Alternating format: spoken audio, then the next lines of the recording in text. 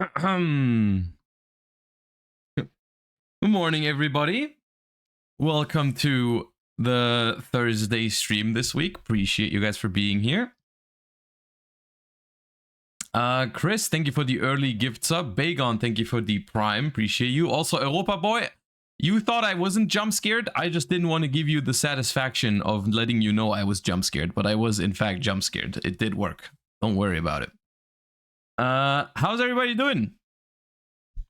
How is everybody doing? Welcome to the stream. The March 0 stream, yeah. The March 0 stream, because today's February 29th, yeah. We've got a couple things planned for today. XR Des, thank you for the prime. Appreciate you so much. Welcome, welcome. All right. Today I have a mixed bag of news for you right now. Because we're gonna have a couple cool things happening today. It's gonna be a pretty cool stream today. We have Jesse Cotton on the podcast later, so that's gonna be nice. With Farfa together, obviously, we're gonna have a little bit of talk with Jesse Cotton about the current format, about his victory at the undisputed UDS championship, about the current format, but also like a lot of things about like Jesse in general. We're going to have him on as a guest for the Heart of the Cast later. And yeah.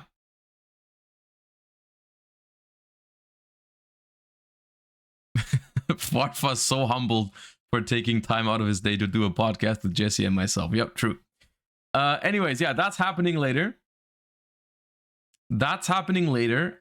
We also have a giveaway from, or together with Card Market Grading, where you guys are going to be able to win some graded cards signed by me. You guys can guess what the cards are, but I'll show you in a little bit. So that's also going to be cool. Other than that, we're just going to have some fun today, discussing some stuff about the current format. You know, I've seen Pak has uploaded his deck profile from the YCS, so I want to hear from the man himself. We have some other cool stuff prepared. We have some React Andy prepared. And then obviously the podcast is going to take a large portion of the stream today. However, I think today is going to be a little bit shorter of a stream than usual. We'll see how long it takes.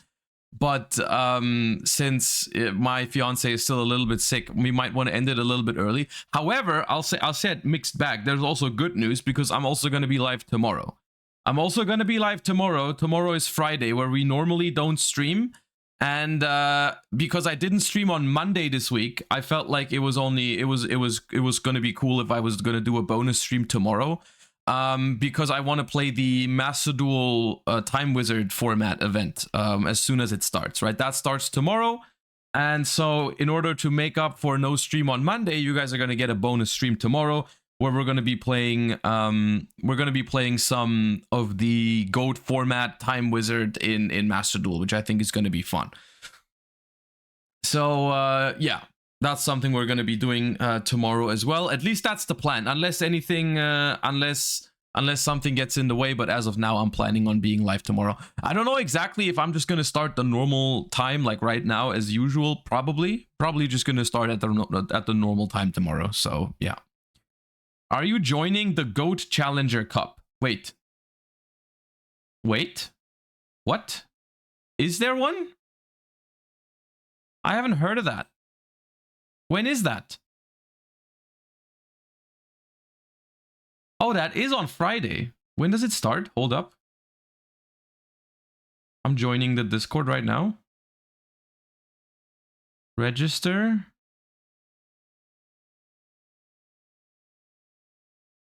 Uh, 64 players. Oh, you have to like fill out a form.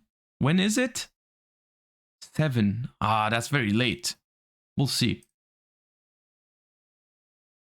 Sub sound check. Thank you for the 9 months. Yeah, I will say that today is going to be the last day with the Ray sub sound. Say goodbye to the Ray sub sound. It's going to be gone tomorrow. Or yeah, it's going to be gone. This is the last day. You look, hey, don't say no. You got 2 weeks out of it. Partially because not because I forgot, because I was nice. I was being nice. That's why you got 2 weeks.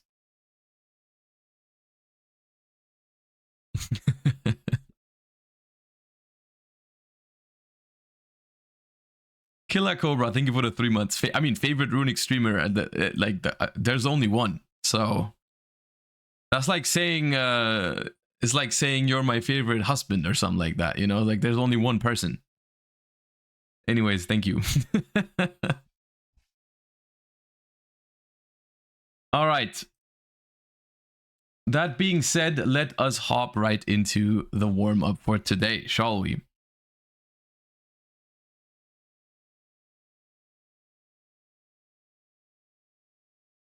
Up.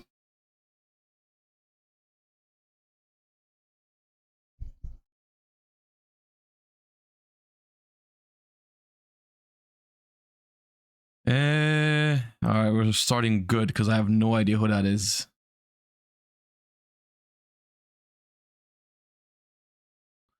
Double cast. The great double casted caster. Sick. That's OG Neos, I think. That's just Neos. Please, where is it?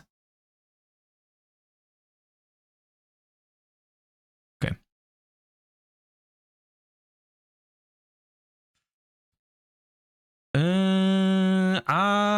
Witty Phantom.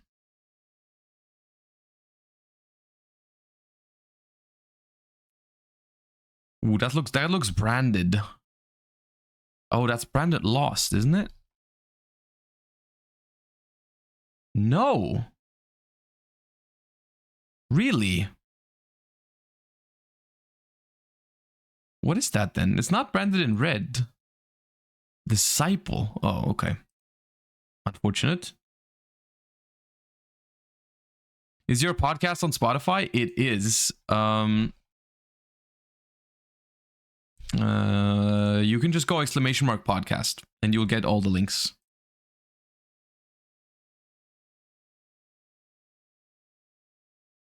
Ooh, don't know what that is. We had that yesterday, literally yesterday. The hell is wrong with my brain? I don't remember. Converging wishes.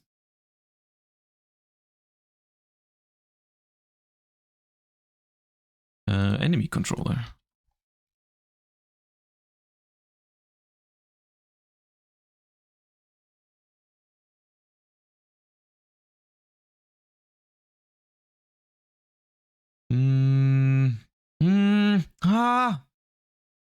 Psychic snail. Yeah.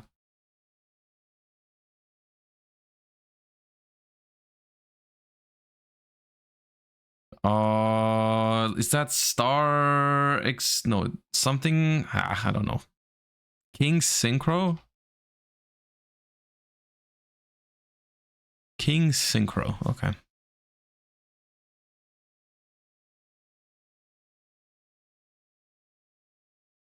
Nope. Nope. Nope. Nope. Nope. Nope. Nope. Nope. Nope. Nope. Nope. Nope. Nope. Nope. Nope. Restoration point card.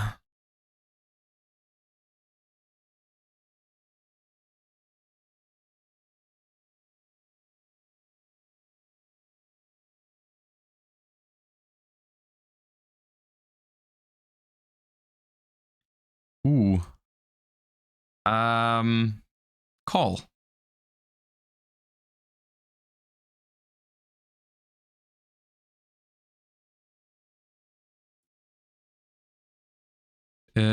What kingdom? Is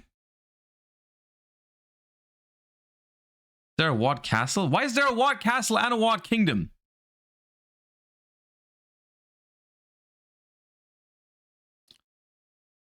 Is that Spider? Spider? No. Informer Spider. That's not Spider. That's crazy.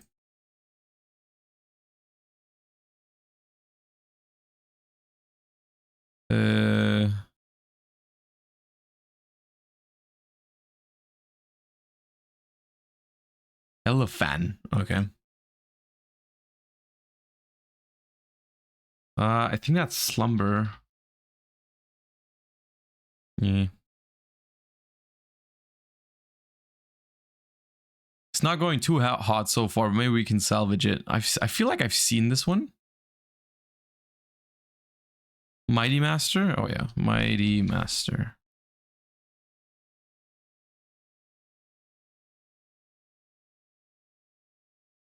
Oh, that's old, I think.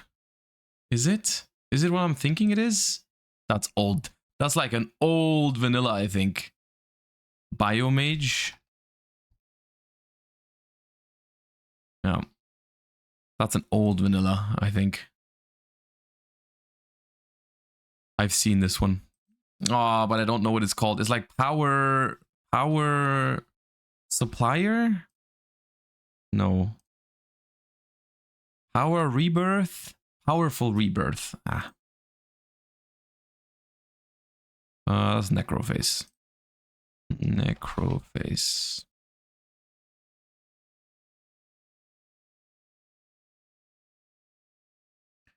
Neos, Grand Neos.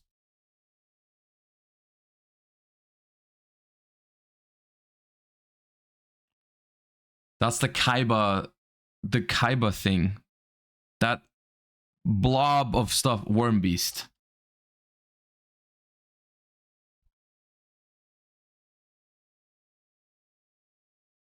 Wicked. Oh, please be Glassjaw. Nice. The only Battling Boxer I think I know. And I wasn't even sure on that one. That is the not Titanial, the other one. Titania? No. Marina. Marinia. Oh, it's Marinia with the yeah, with the with the mustache. Shout out to DB Grinder. But I think I actually can't find it because of that. It's Marinia, yeah.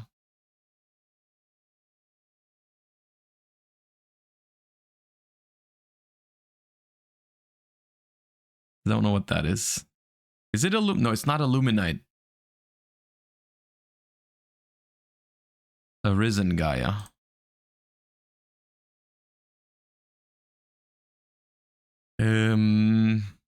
Don's Luke.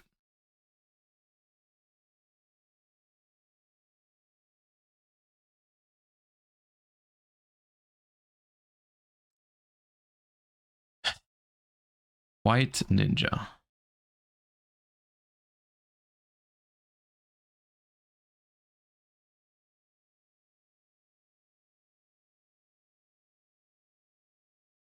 Okay, some rocket stuff is going on here. I can't tell what it is though. Execute protocols.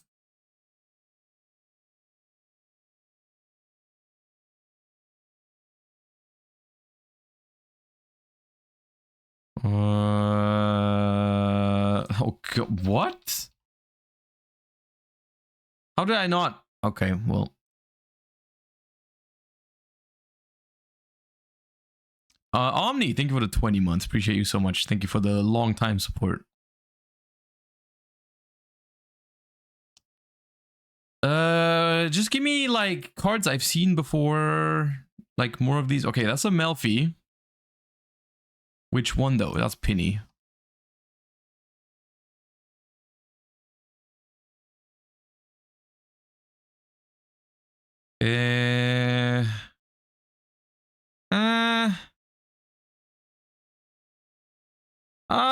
Armed Dragon Thunder 7?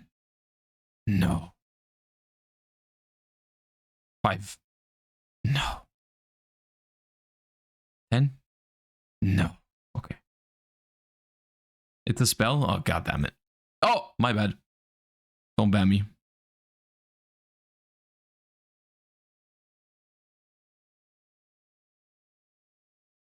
I take it back.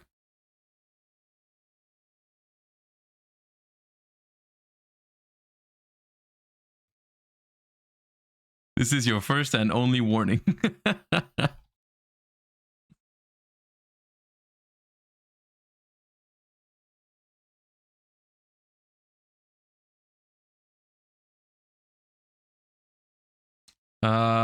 Something dull. Oh no, it's Condolence Puppet, right? Condolence Puppet. Yeah.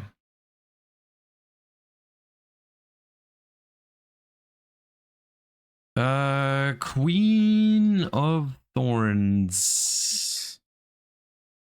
Yep, that level 6 synchro.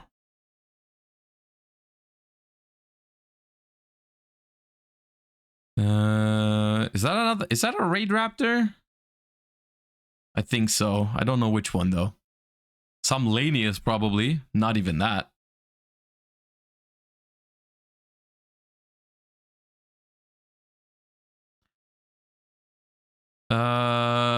Performapal, something cricket. No. Flux? Fire flux. Yeah.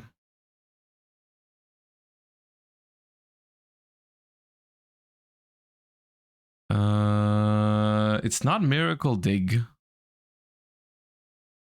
Is it Miracle Dig?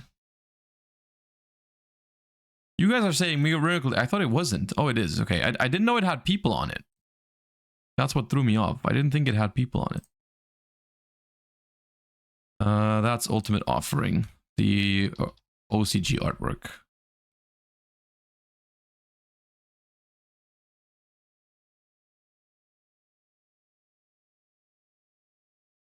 That's Hirako.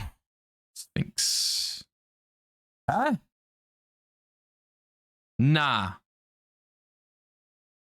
Oh! Creo Sphinx. Unfortunate. I don't want to talk about it. This is something Orbit. This one? No. Maybe it's not Orbit.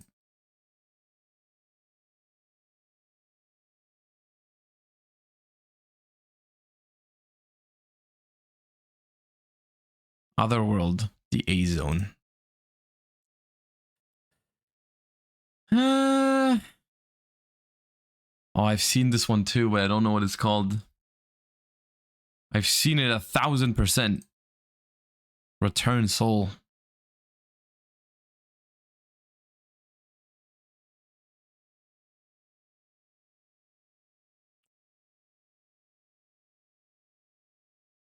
Today is gonna be bad.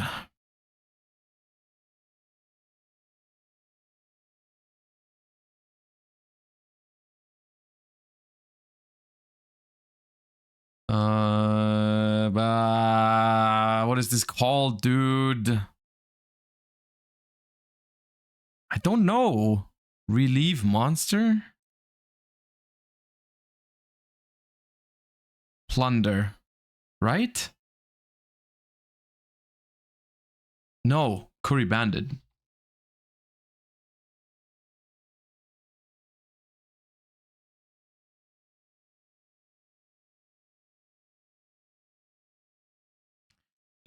AD changer.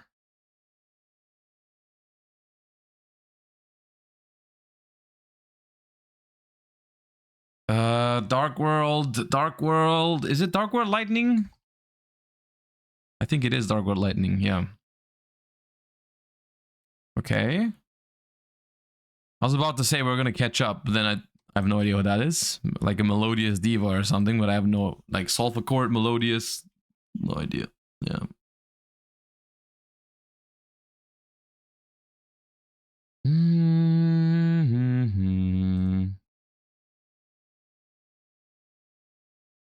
Nope. Nope. Nope. Nope. Oh.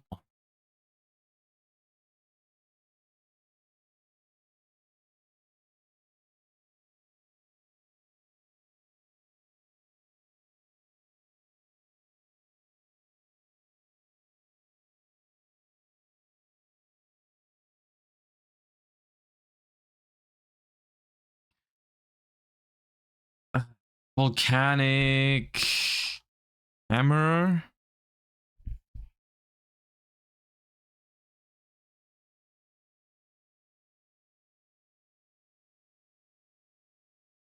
Is that Destiny Draw?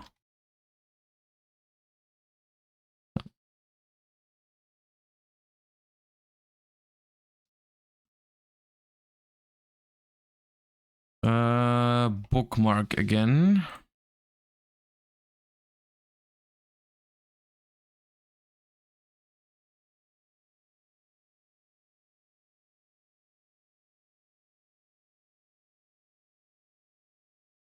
think that's an Ice Jade. Yeah.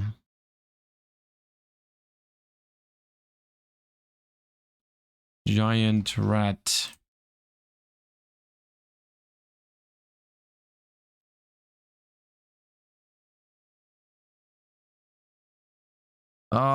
Is that a crawler? Are they giving me a freaking crawler?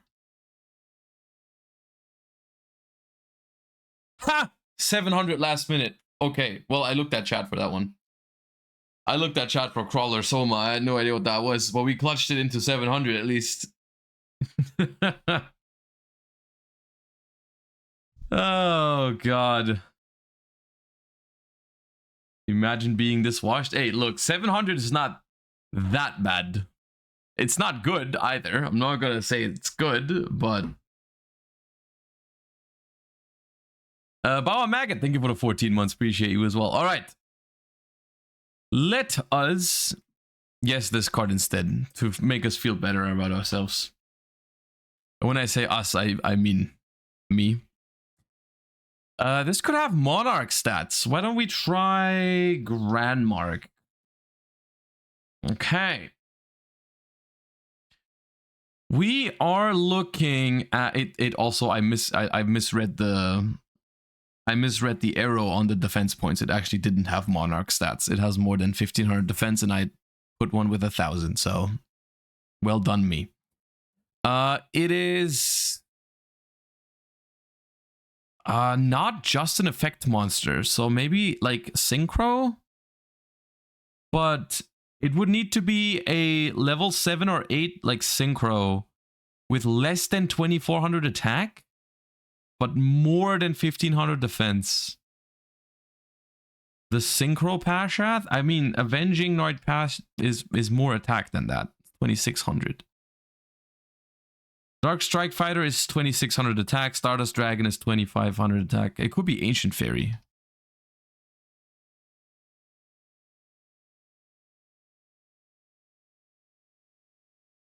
A level 7 light synchro monster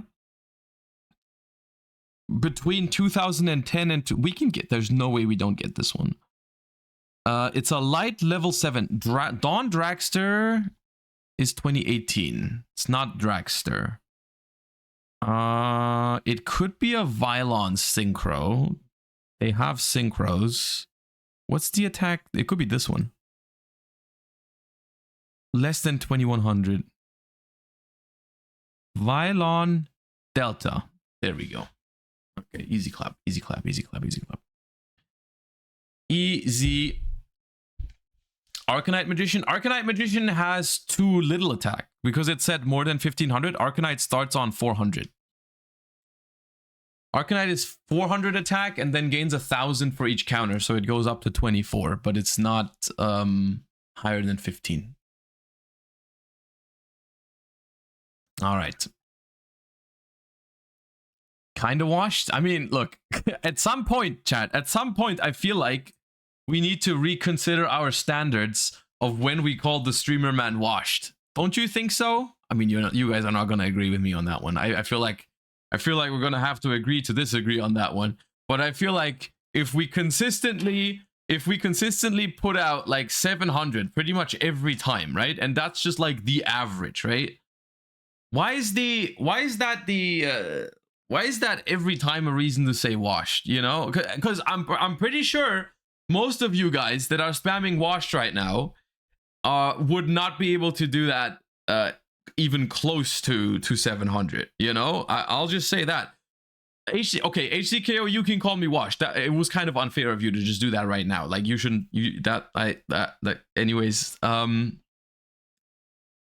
moving on. Can we change topics? Anyways, I don't want to talk about it anymore. I don't want to talk it. I don't want to talk about it anymore. I've been. Yeah. Okay. It's fine. All right.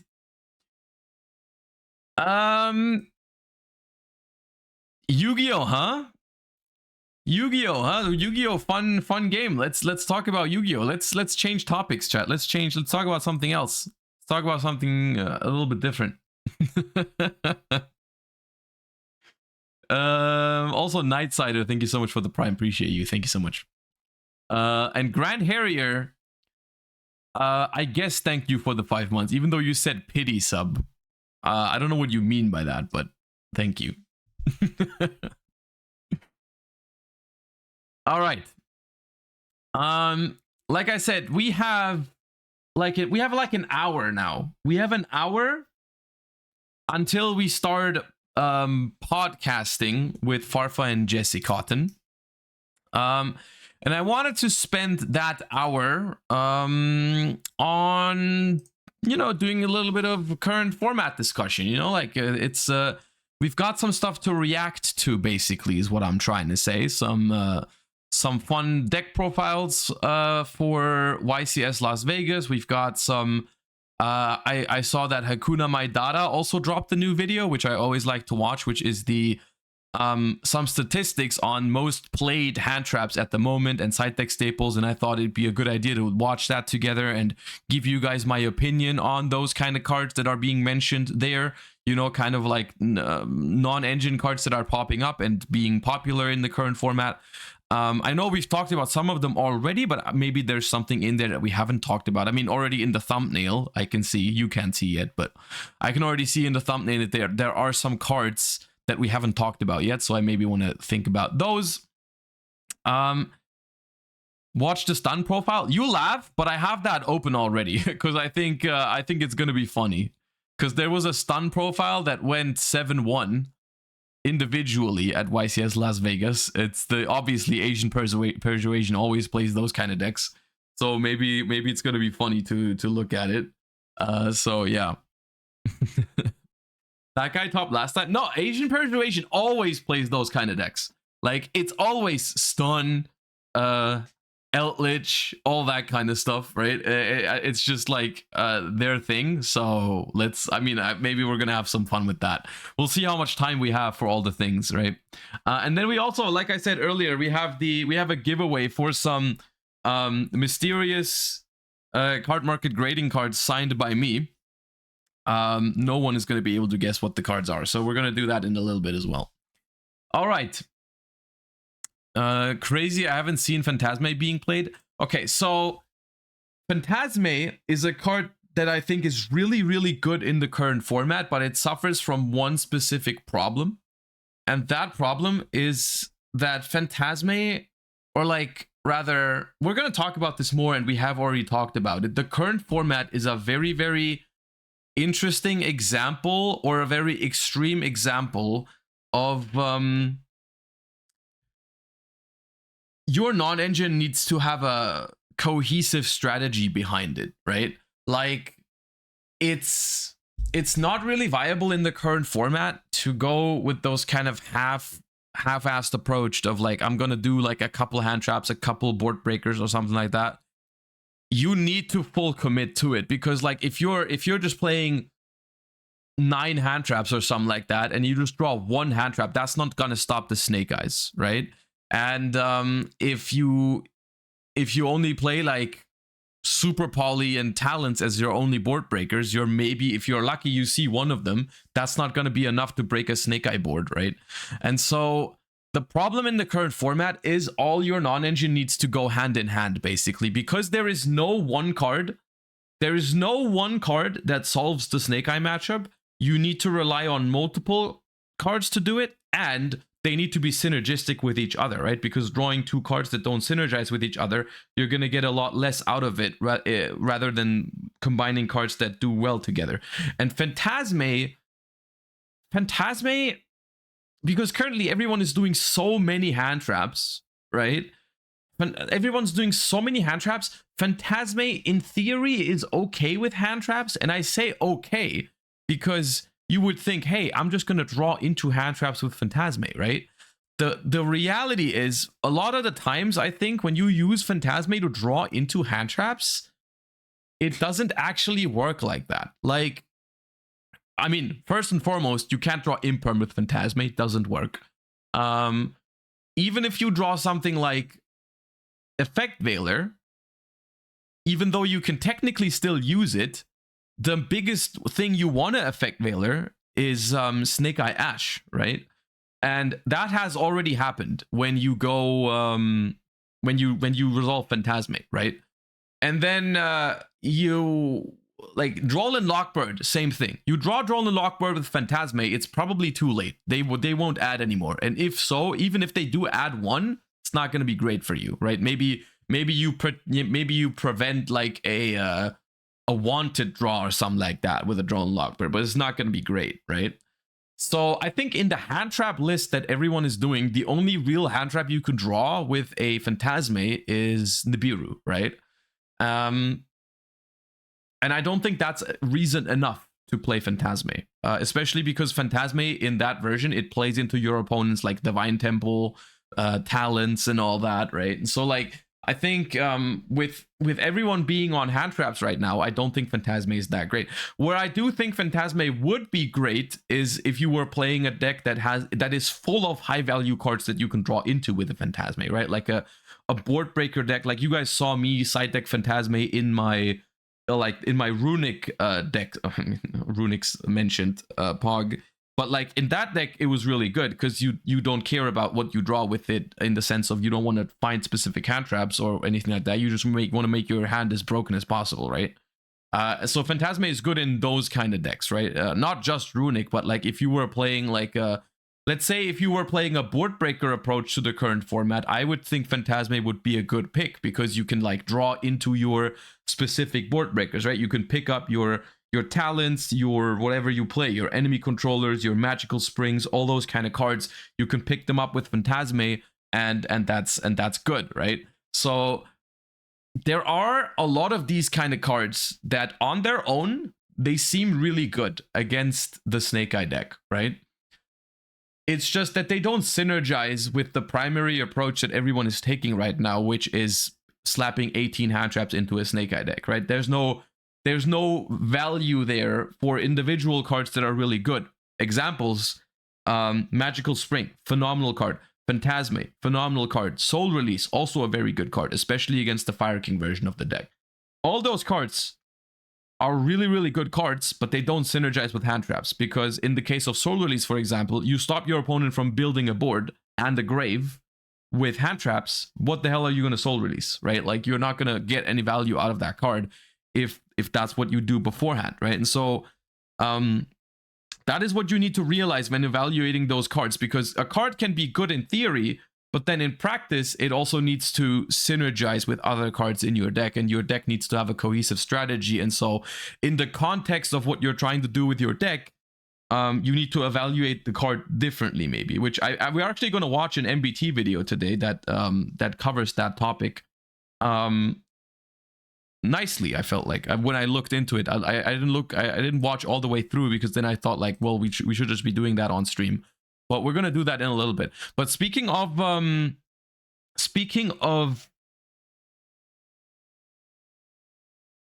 hand trap approach for Snake Eyes, Pak has uploaded his deck profile, or their deck profile, because I think they all played the same list. So let's look into that. Hey, what's up, guys? So today I'm going to be showcasing my second place deck profile from Las Vegas. I came second with my team, Hunt and Sam, so shout out to those guys. They were absolutely amazing. We all played the same deck list, but I was going to do a more in-depth explanation on the card by card and kind of talk about how we were so successful over the weekend. We actually went undefeated in Swiss, going first after Swiss, and so as a result, we're actually getting a playset of the giant card for Glutonia. So that's gonna be really sick. So when that comes in the mail, I'll definitely showcase that off on stream or something along those lines.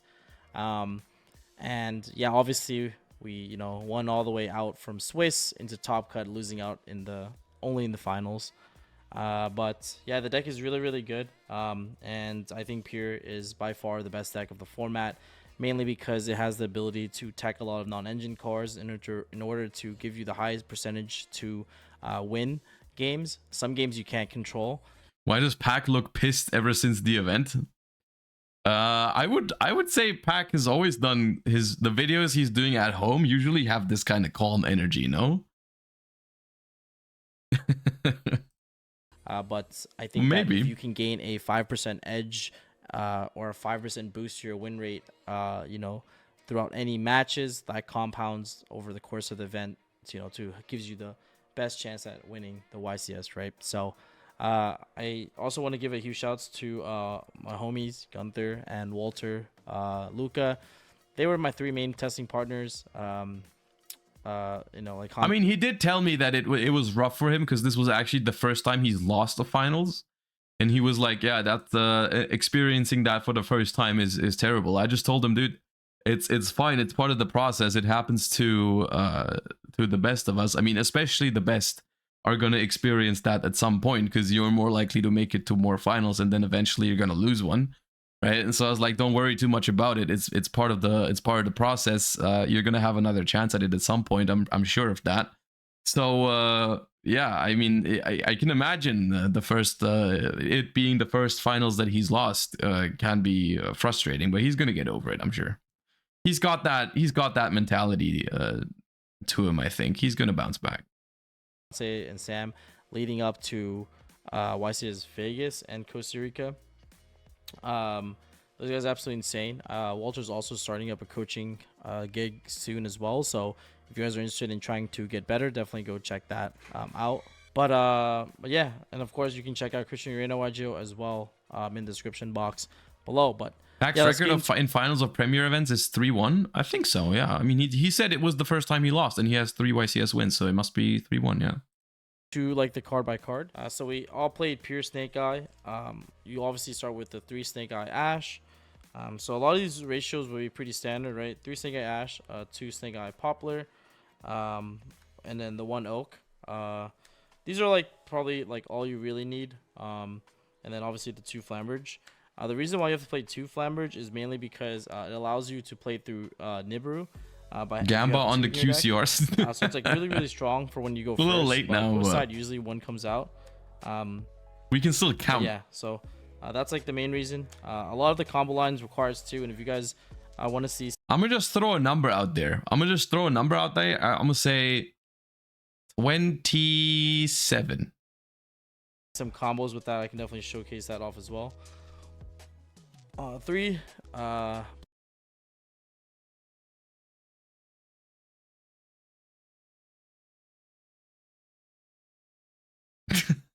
Okay, you guys need to chill. You guys need to calm down with this. Okay, what did I say? I said 27. This is already 4. This is gonna be 7. Oh, I think I put too low. Really oh no, I put too low. You want to maximize 7 all your already. We're already at 7. The format is, I guess, like shaping up to be a hand trap heavy format. So whoever has more engine cards. Only main deck? Yeah, let's just say I meant only main deck. Yeah. Yeah, let's just say that's what I meant. Yeah. Will usually end up on top because hand trapping your opponent isn't enough to win. You also need your own ways to play. So maxing out these cards are really strong. The reason why Witch is so unique and so powerful, especially in the pure deck, is because we play Baron. So a lot of level 3 tuners actually convert Witch into a Baron, which is one of the cards that will win you a lot of games in the long run as well. And I'll show you that when we get to the hand trap lineup, that because a lot of the hand traps are level 3 tuners, the fact that they can convert with Witch into a Baron is like absolutely insane. Right? And then we play the 1 Jet Synchron. A lot of people like cut this card. I think that's not correct because I think Jet Synchron enables a lot of really strong plays and gives you the ability to play through Nibiru with Atch Wish, which I thought was really clean. So I've been one of the people that said you could potentially cut Jet Synchron, and I still believe you can. My reasoning being that as long as everyone is doing like 18 hand trap lists, I feel like my chance to get to Jet Synchron is very minimal. Like I'm just not getting to that card, I feel like. At least in practice, when I've been playing the deck against the other decks that have so many hand traps, I just felt like I wasn't getting to the Jet Synchron anyways, right? That being said, it can still be a fine draw because you can like pitch it for Diabell Star and then have it be another option in the graveyard. So it's not like it ruins your deck if you play the Jet Synchron. What I was more inclined to cut it for was the fact that if you take the Jet Synchron out, you get a lot of extra deck space. That's what I was looking like. That was what was looking good for me personally, is the fact that like if you build the deck without Jet Synchron, you have a lot more flexibility in your extra deck. And the ability to play all the utility links is something that I think can help you out. Obviously, the fact that you can play around Nibiru with the Jet Synchron line with like Diabellstar and Ash, if you can make the early Savage. However, I think I mean, matter of fact is that with one Ash, there already is a line to play around Nibiru, right? Like there's already a line to play around Nibiru with one Snake Eye Ash with using the Temple, right? So like surely if you have Ash plus Witch, you can still find a good line. Like there's still probably a good line to play around Nibiru. You can work it out and see what the best way is, but like if one Ash can play through Nibiru, then Ash plus Diabellstar has to also be able to play through Nibiru. So yeah, and honestly, my reasoning is the following, right? If I open Ash and Diabellstar, and my opponent has no hand traps, I'm winning anyways, right? I'm winning anyways if I open Ash, Diabellstar, Snake Eye Ash, and Diabellstar, and they don't have a hand trap. No matter, I feel like I'd be winning. I feel like I'd be winning no matter what most of the time. And then if I do get hand trapped, I'm still not getting my Jet Synchron access anyways. I don't know, the pure board without Jet isn't absurd. Well, I mean, it's not an auto win, but I would be confident, especially if you are on this version and you play 18 hand traps yourself. It's like you're gonna have the pure board plus 1 or 2 hand traps. It would end up like your opponent has the chance to play into it, but I would be I would be confident in my ability to win often enough. Like you'd probably have to fight for it a little bit more than if you had a Baron and a Savage, but like I'd probably be okay, to be honest. Like it'd be fine most of the time if you use your interruptions well and all that, I think. Makes your end board strong so that. But that being said, the Jet Synchron itself is not the card I have an issue with. Like the Jet Synchron in the main deck, I don't think is that terrible of a draw. Like it's a fine pitch for Diabellstar, which you play 6 copies of, right?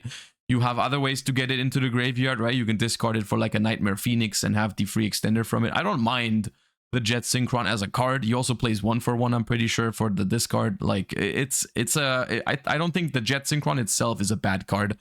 It's just that in practice you don't get to it very often, and you could free up the extra deck space for other cards, which not all of them are necessary, but like the option to have those cards at least is nice. People decide to play board breakers. You should watch Gabe's profile. Him and Paulo played pure without Jet and got third. We could look at that as well if we have time for it. It also gives you the ability to make an Omni Negate to protect like your Floodgate if you have any, and it makes it so that you don't lose to like random board breakers like evenly or something along those lines as well. So no, Jesse Cast is still happening. Really nice. And it like Jet Synchron also has 2 monsters because it's like one by itself, and then it can summon back itself, and then Jet and then it gets recycled constantly by Oak. So I think this card is like really strong. That's it for like the monster. And then I kind of want to talk about the 3 Lullaby of Obedience. This card is like really strong. And what we were doing with this card was what no one else was really doing. And the reason why this card was in the main deck was because we kind of came to the agreement that we are looking to not just top the event but win the event. And this card is absolutely insane in top cut because you in theory should know what everyone's playing. So this card is just like absolutely the nuts. But I actually played I think all fire from round 1 all the way to the finals. I haven't played a non-fire deck the entire YCS, and my teammates only played 2 non-fires each. So we made the call that like everyone should be on fire for the YCS, so that's why this card would be absolutely insane. And the way this card works is that you pay 2,000 life points and you declare a monster card name, and this searches Maxi with Princess in Master Duel. Yeah, I mean that is one of the cool things about this card is that with Princess, there actually are some real synergies because your opponent cannot special summon for you. Because it is still, your opponent chooses the effect, but it's still you that does it, right? Like you would be special summoning. So if you cannot special summon the card, they have to give it to your hand, right? So for example, if you're under summon limit, you can lullaby call a hand trap. They have to give it to you in your hand. Vice versa, like if you're under droll, I believe the way it works is you can just call a name and they have to special it for you. So like there's some really cool things you can do with lullaby. But I think the main takeaway is that this card is just really, really good whenever you're in a format where you can rely on your opponent playing the same deck as you are playing, like, which I will say, I think in a 3v3 YCS, this works a lot better, or even better than in a 1v1 YCS, because I feel like, maybe that's just my impression as someone who hasn't played in a 3v3 YCS before, but I feel like 3v3 YCSs in terms of the deck choices and all that are a little bit more competitive. Right? It's a little bit more competitive, I feel like. Like I feel like there's a bigger incentive to play the best decks in the format if you're teaming up with two friends and all that. But I mean, the current format in general is like very fitting for lullaby. But yeah, I think Pak explains all the things I'm about to say anyway. So Your opponent either gives you the option of summoning to your field or adding it to your hand. And even against like decks that aren't fire, we like made like plans in terms of like, oh, we just call the cards like Ash Blossom because it's a free level 3 extender to our side of the field, and it can be turned into a Baron with the Witch. And it also is really nice because it puts a fire monster in our opponent's graveyard, which allows you to actually do some really, really sick lullaby combos. And lullaby, this is another big deal. Like in the current format, if you're going second, and you know your opponent is not playing a fire deck, you can still call Ash Blossom, which is a big deal, right? And like you either get it to your hand and you can use it later, or you just get the fire extender on the field, which is fine, like, or good rather. Actually enables better combo lines than the regular Ash Witch lines. So can you Ash Blossom on Lullaby? Yeah, you should be able to, because both effects do something that can be ashed, I think, because it's either adding or special summoning from deck. So yeah, you can ash it, I'm pretty sure. We wanted to basically have 3 more copies of Bonfire, 3 more copies of Witch in our deck. And another cool part about Lullaby is that one of the ways you beat Summon Limit, this is like kind of like the hidden goo, is that when you go like normal summon Ash, special Poplar, you get Summon Limited, you can go Lullaby of Obedience, call like Ash Blossom, and by doing so, your opponent has a Summon Limit face up, and they have to go, if they go normal summon Ash, they can't use the effect. Then if they go Ash effect to tag yourself out and send their own Summon Limit to the grave, you can just Ash it, and then they need like another extender to keep playing. So the fact that this card also grabs you a hand trap going second is like very, very versatile. And then going first, one of the cool plays with Lullaby of Obedience is that if you make Promethean Princess, you can then activate Lullaby of Obedience, call like Nibiru, and it gets added to your hand because you can't summon a non-fire monster. So I thought that was really, really neat as well. So this card was like really, really insane. Yeah. The Promethean Princess interaction is pretty cool because you can just say like, yeah, I want Nibiru in my hand, I want Droll in my hand, I want Effect Veiler in my hand. If you think your opponent's playing it, of course. If they're not playing it, then you're not getting anything from it. But pretty cool interaction with Promethean Princess. I had no complaints about it the entire weekend, and I thought that this was like the edge that our deck needed to perform at the YCS, because like I said, this card was engine, non-engine. It was basically 3 Joker in your entire deck.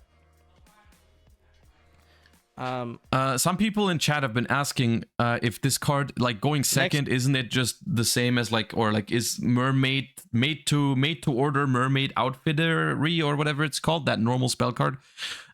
Is also an interesting card, I think. I think the key difference here is that that card doesn't work when you go first, and this card does, right? That's why you can like main deck it, because it's just basically 3 more engine pieces, but also helps you break boards going second, because I mean it's an extender. So it's a good card. But the Mermaid card is like slightly worse than it because it only works going second, and for just going second, I don't think it's that good. Which one? Okay, so hold up. It's called like made to order mermaid outfitter. This card. I've seen people talk about it, and I think it is an interesting card, but once again, it's like similarly to Phantasme, it doesn't work in most strategies. Like, target a card in your opponent's graveyard, banish it, then you can add one card from your deck to your hand with the same name as the banished card. You can only activate one per turn. So that I think it's a solid card, because what you can do with it is, for example, banish your opponent's Poplar and then add a Poplar from your deck to your hand and special it, right? To play through something like Imperm on your Snake Eye Ash. It's a solid card. The one cool thing about it is that it also takes level 1s out of your opponent's graveyard, right? So that maybe you can run them out of targets for Flamberge. That's one thing you can do. Like, that's one thing you try to do with Soul Release. The problem is like that they usually have 3 level 1s in the graveyard, right? They usually have 3 level 1s in the graveyard, meaning that banishing 1 doesn't actually do that much. So yeah, I think it's a solid card though. I think it would be like, I think one deck where you can think about it is if you play Fire King Snake Eye yourself and you want to side a card against other Fire King Snake Eyes. I think this one's actually quite good, because you can like banish their only Garunix to search your Garunix. And if the only Garunix gets banished, I think that's pretty big. That's a big deal. But yeah, it's a solid card. We have 3. Toshino, thank you for the 13 months. Also, Hawkeyes, thank you for the 8 month. Appreciate you guys. Thank you. Bonfire, right? Obviously, basically just Rhoda. Not much to say about that. I really like enemy controller for the Snake Eye mirrors. Being able to dodge Imperm and Veiler is huge. I think that board breaker, like the board breaker approach for Snake Eyes is possible and very interesting. And I'm probably going to try it for one of my regionals next month. We're probably going to build it on stream. Because like, I'm very excited to play this format. But the one thing I am definitely not going to do is just enter my regional with like 18 hand traps in my deck and try to compare opening hands with my opponent. Right? Like, we're probably going to mess around with that in some capacity. Like some way to like board breaker approach or something like that. Because I want to try and innovate on the Snake Eye deck rather than just playing the 18 hand trap deck that everyone's playing and just compare opening hands. 3 wanted. This card is absolutely nasty because of the free card advantage you get, like the +1. I thought this card was like super nice. So nothing else to say about that. 1 Divine Temple and then 1 original. Just pretty standard. We want to play like just minimum engine. Like, you know, like concise. Like, not, you don't really need to play more original. You don't really need to play more Divine Temple. So I thought that was really clean. And then lastly, one for one. This was the 41st card. I kind of convinced the team to like add this card in because I just felt that like I need as many pushes as possible. And I think this was like basically another push in the deck. That was like the next, like, how many QCRs are we at? I think 12. Basically another bonfire, etc. So I just wanted to maximize my starters. Especially because we're already playing Lullaby as well. Like, I just wanted as many ways to play the game. Do we ban Reincarnated Engage? What does that mean? What is Reincarnated Engage? And then for the non-engine, we played 3 Ash Blossom, right? 3 Nibru. I think this is like kind of like the best. Oh, Wanted. I do have an issue with the Wanted card. Like, the Dia Bellstar package itself, I feel like is fine. Like, I think Dia Bellstar is a pretty cool card. And I said before, like, I said before that I liked the design behind the engine because it's kind of like you have 3 different cards, right? You have Dia Bellstar, you have Wanted, you have Original Sinful Spoils. What I thought was cool about it, or what I still think is cool about it, is that it doesn't matter which of the 3 you draw, they all technically work, right? They all get you to the level 1 fire monster. They don't provide, like, none of the 3 cards is a brick in your deck per se, right? Like, they're all, and because that's what I hate the most. I hate engines that have engine requirements that are bricks. I don't like that. I hate putting bricks into my deck. That is probably my least favorite thing about modern Yu-Gi-Oh deck building, is when I have to play bricks in my deck. I don't want to do that. I hate that. That's also, Gamma is a good card, but I didn't like Gamma for that reason. Brave engine, adventure engine, great engine, but for that reason, I didn't enjoy playing with it. I hate it. I hate drawing a card that is useless, and I'm like, God damn it. Okay, my bad. Why am I forced to play this in my deck, right? Because the deck overall, the engine overall is really good, but why am I forced to play this one card in my deck, right? And I didn't realize beforehand how often I say that, by the way. So what I thought was cool, or what I think is cool about the Wanted engine, is that it doesn't give you that, right? It's an engine consisting of different cards, but none of them is actually a brick. I think that's really cool. What I don't like about it is that there's such a big difference between drawing Wanted or drawing Diabellstar, right? Because if I draw Diabellstar, I summon Diabellstar, I get my Sinful Spoil, I use it, and that's it, right? If I draw Wanted, I'm doing the same thing, but I also draw a card, right? It's just so much better, right? And so even though Diabellstar itself is still a great card and still good to draw, whenever you do draw it, you still feel like, why is it not Wanted? You know, Wanted is so much better. And whenever your opponent draws Wanted, it's also kind of frustrating. You know how I feel? Like, it's like my opponent draws Wanted and I'm like, why do they also get a free draw on top of all of that, right? Like, why is it not just Diabellstar, right? So this kind of induces frustration, I feel like, because Wanted is so much better, right? Wanted dies to draw harder? No, it doesn't, because you can just use it in the draw phase.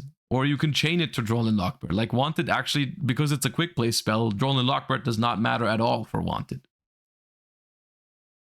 Sometimes you don't get the draw with Wanted in the graveyard if you get drolled, but that's still the same as if you had Diabellstar, right? Isn't it better to wait for turn 3 to add a level 1? I mean, you can. It depends. Like, you can choose whether you want the draw now or later, obviously. But, like, still, the fact that you can just get a free draw on turn 1 on top of everything you're doing already is just, outrageous is the wrong word. Outrageous is too strong of a word. But, like, Wanted is definitely, out of all those cards, I think Wanted is the one I have the biggest issue with, because it's so much better than the others, right? Because Diabellstar and Original Sinful Spoils are two really good cards, but I think they are balanced just right. Whereas, like, Wanted is the one that's just a little bit over the top, I feel like. Best approach, the 3 Veiler. If that makes sense. The 3 Droll Lockbird, the 3 Infinite Impermanence, and then the 2. Okay, so we were at 12. That puts us to 18, 24. Ghost Mourner doesn't count because it's a Starlight, not a quarter century. So that's 24. 27 was too low. 27 was too low. Ghost Mourner. Shout out to Gamer's Choice for this. Also, by the way, guys, I use Team Samurai X1 sleeves, Supreme Pros. That was also our team name, the entire YCS. So if you guys are interested, the fact that it shuffles from Banished is wild. The fact that it recycles Banished cards, I actually don't take any, like, I don't have an issue with that. I actually like cards. I like it when decks have the ability to recycle cards, because those are games that I really enjoy, when, like, you have ways to get your cards back into your deck and for you to last longer, essentially. Because I just like those kind of grindy games. I find it very annoying to just, like, lose a game because I ran out of a specific card, right? Like, it's just like, yeah. So you like Rika Petal? No, Rika Petal is a cool card, yeah. Rika Petal is a cool card. I have no issue with any of the Rika cards. The Sun Avalon part that I'm not enjoying, but the Rika cards are cool. Trying to get, like, the best sleeves in the game, you guys can definitely go check that out at TixOnline.com and use Pak 10 for 10% off. And also, if you guys are interested in any, like, additional merchandise or accessories for your Yu-Gi-Oh game, you can also go check out sleevechiefs.de and then use Pak 5 for 5% off. They have a Wait, Josh, you aren't sick today and playing Final Fantasy VII Rebirth to get well? I would never do that. I would never act like I'm sick just to play a video game and leave you guys hanging. I don't do that. But I'm not into Final Fantasy anyways. I just haven't really played it. I have nothing against it. I just haven't played it. Crazy restock on sleeves at the moment. But basically, you'll see that the last couple of cards in the deck is we decided to not main cross out, which is what we did in Brazil, but rather play more. No, I already counted the Imperm. It's 24 in the main deck. You just have to overwhelm your opponents with the chance to draw 3. When you draw 3 hand traps, it doesn't matter if your opponent has cross out, because They just can't. They can only cross out 1 hand trap, and like 2 usually stops their opponent. So you want to maximize your chances of drawing 3 hand traps. Ghost Warner was absolutely insane. We can only fit 2, and we side the 3rd copy for side patterns. But the Mourner was a level 3 hand trap that allowed you to actually make Baron with the Witch, which came up a couple times, and I thought it was really nice. Veiler and Joel. Is Moonlit really that good? I would rather play Rabbit. What is Rabbit? Oh, Ghost Ogre and Snow Rabbit. I've never heard someone refer to that as Rabbit. I was confused for a second. Mourner is a card that I think it is like the 6 or 7 best hand trap in the format. And that's why it makes it into this deck, because we're already playing all the others. I think Moonlit is not good if it's your only hand trap.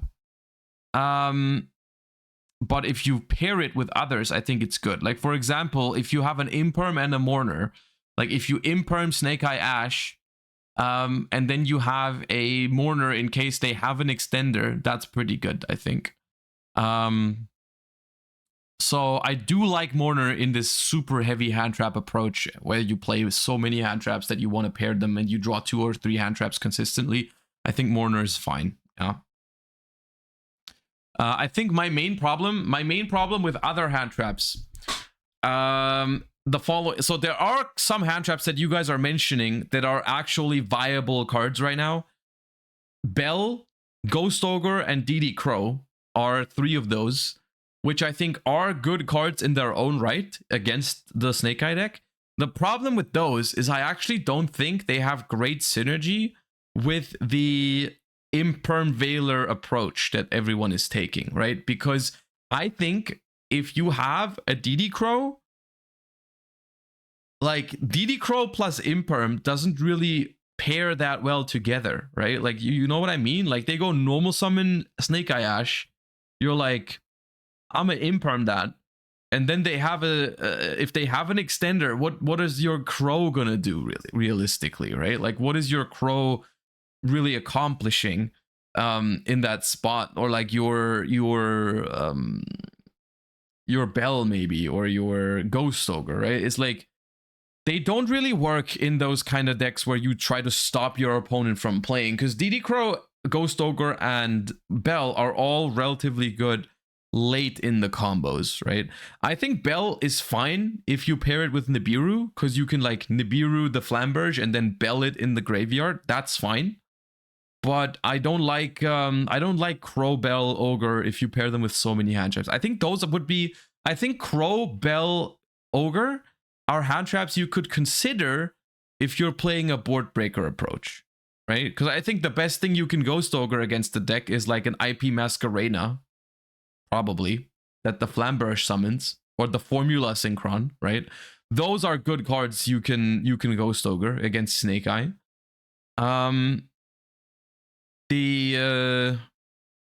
Yeah, so just if your approach is I'm gonna let them do the full combo, I don't want to play into talents at all, right? I don't want to play into talents at all, so I'm just gonna use my Ghost Ogre on my own turn on their Masquerena. That's a fine approach, right? That's a fine approach. Plus, Ghost Ogre is also good in some other matchups. Like, I think it's pretty good against Voiceless Voice, for example, because you can Ghost Ogre the barrier. So for that, it'd be fine. But for this particular version of the deck with like so many hand traps, I don't like it.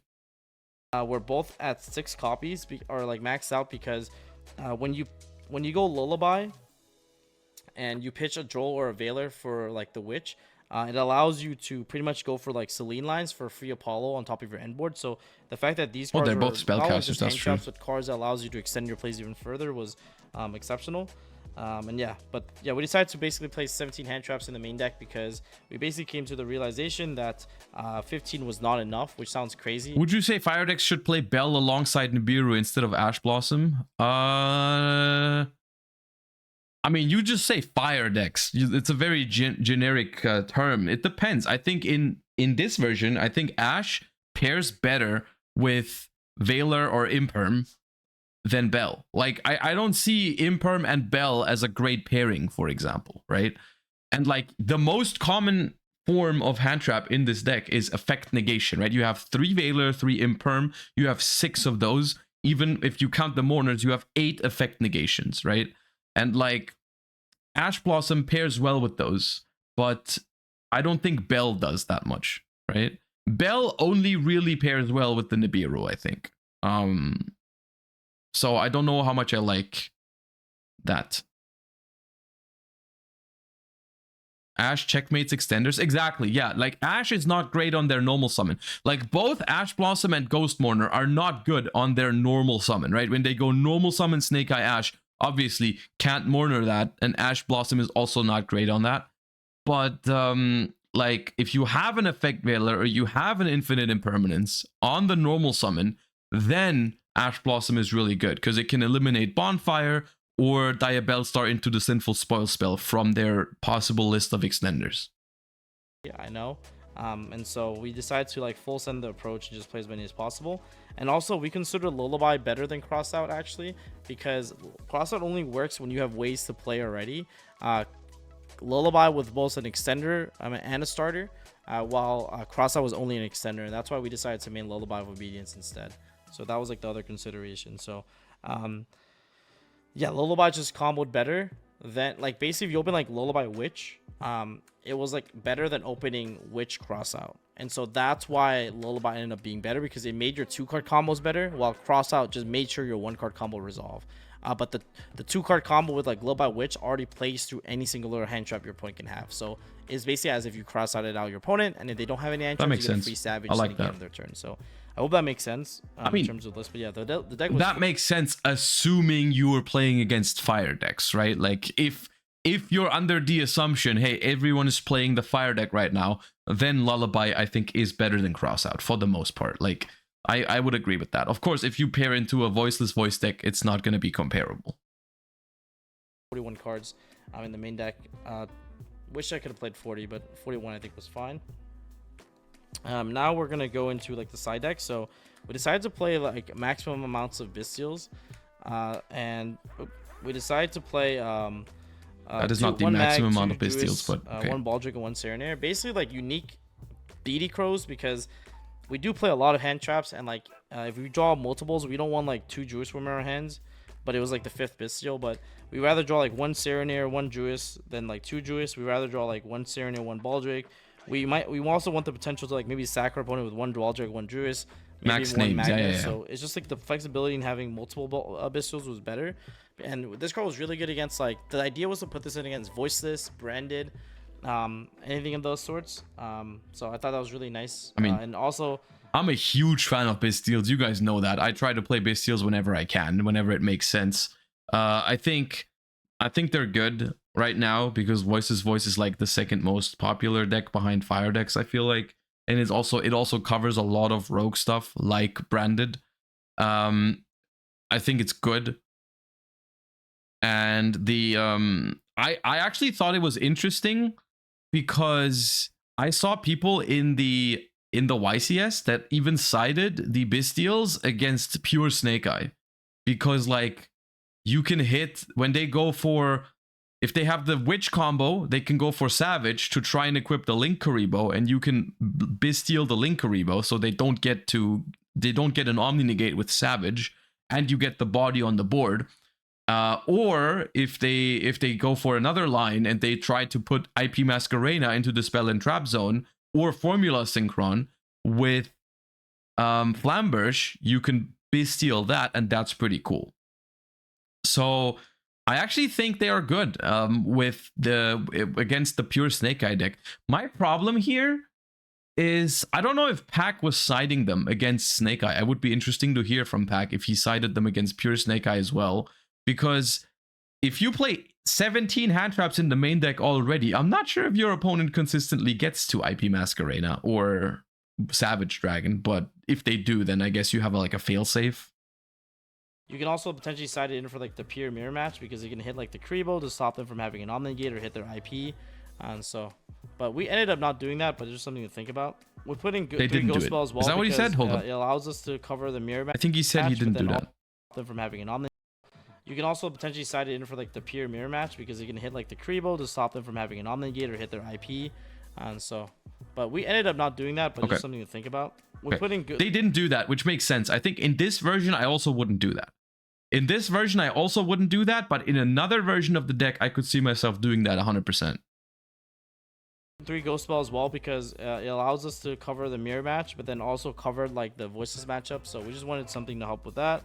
The last mourner, because our side pattern made. Oh yeah, this looks like a horrible matchup for Voiceless Voice if there's 5 Bystials plus Bell. Like if you're playing, that doesn't, like, that seems like your main deck is super well made against the mirror matches. But then if you ever face Voiceless Voice, Branded, even Labyrinth with the bells, like, you still have a really, really good matchup post-siding against those. When you side out the one Jet Synchron, you also have another copy of Mourner in place of the Jet, so you have another hand trap to like combat your opponent when you win second. And then of course we're going first cards because there's so many non-engine in the format. We want to maximize our chance of winning when we go first. So okay, so that's 27 and that's 30. So 7 limit, 3 cross out, just to make sure that when we go first, we are more than likely to essentially win the game.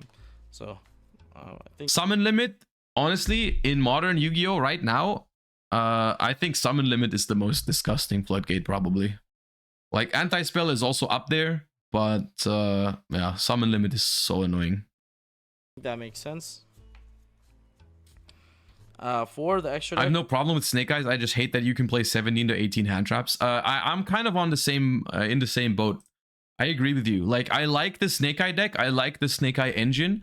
I don't like the way it's being played right now, because I don't like the gameplay that's being presented when both players are playing like 18 hand traps. Like the amount of times where you just desperately try to play and you just keep throwing hand traps at each other. I don't find that very enjoyable. Like, basically, whenever I'm watching a Snake Eye deck in action, I'm really enjoying it. Or also when I'm playing it myself, I'm really enjoying it when both players actually get to play, right? Like when it's not just like hand trap, pass turn, hand trap, pass turn, until someone runs out of hand traps or ways to play the game, right? That I don't find very enjoyable. Whether that's going to be the final thing in this format or not is something we have to wait and see. I'm going to try to find ways around it, but I'm not sure if it's going to work, obviously. So we're going to have to wait and see. If that's how it ends up being, then I'm not going to enjoy it. Yeah, then I'm not going to enjoy the format. I mean, it's just started. Let's wait and see. But for now, the current approach, it doesn't matter how fun the Snake Eye engine is when both players don't get to play. That's not gonna, like, it's not gonna matter, right? You're not gonna see interactive gameplay when the main focus is on not letting that happen.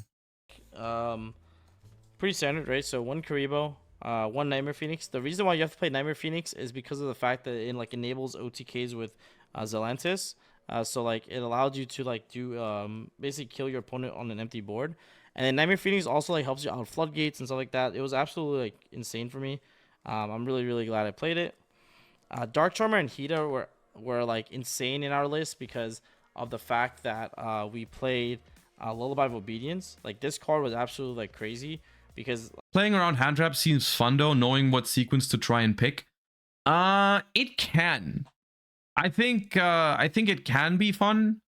I think the only hand trap, to be fair, I only associate with fun playing around is really Nibiru. Like, I think figuring out lines to play through Nibiru and so on and so forth, I think is fun.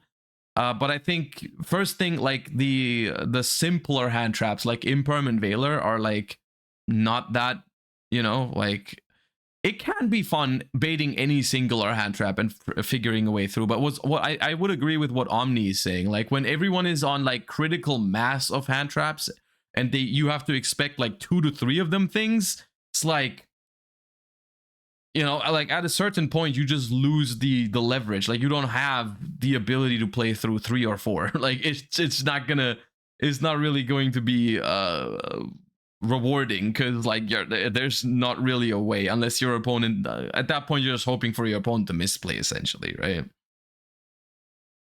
Not even mentioning cards like Cross Out Designator, Triple Tactics Talents, or Called by the Grave in the mix. Yeah, like when you activate Lullaby of Obedience, you take a card from your opponent's deck like Snake Eye Ash or like Witch, and then you put it in their graveyard when you link off with it, which then you can then use the Dark or the Hida to take like the card you summon off Lullaby.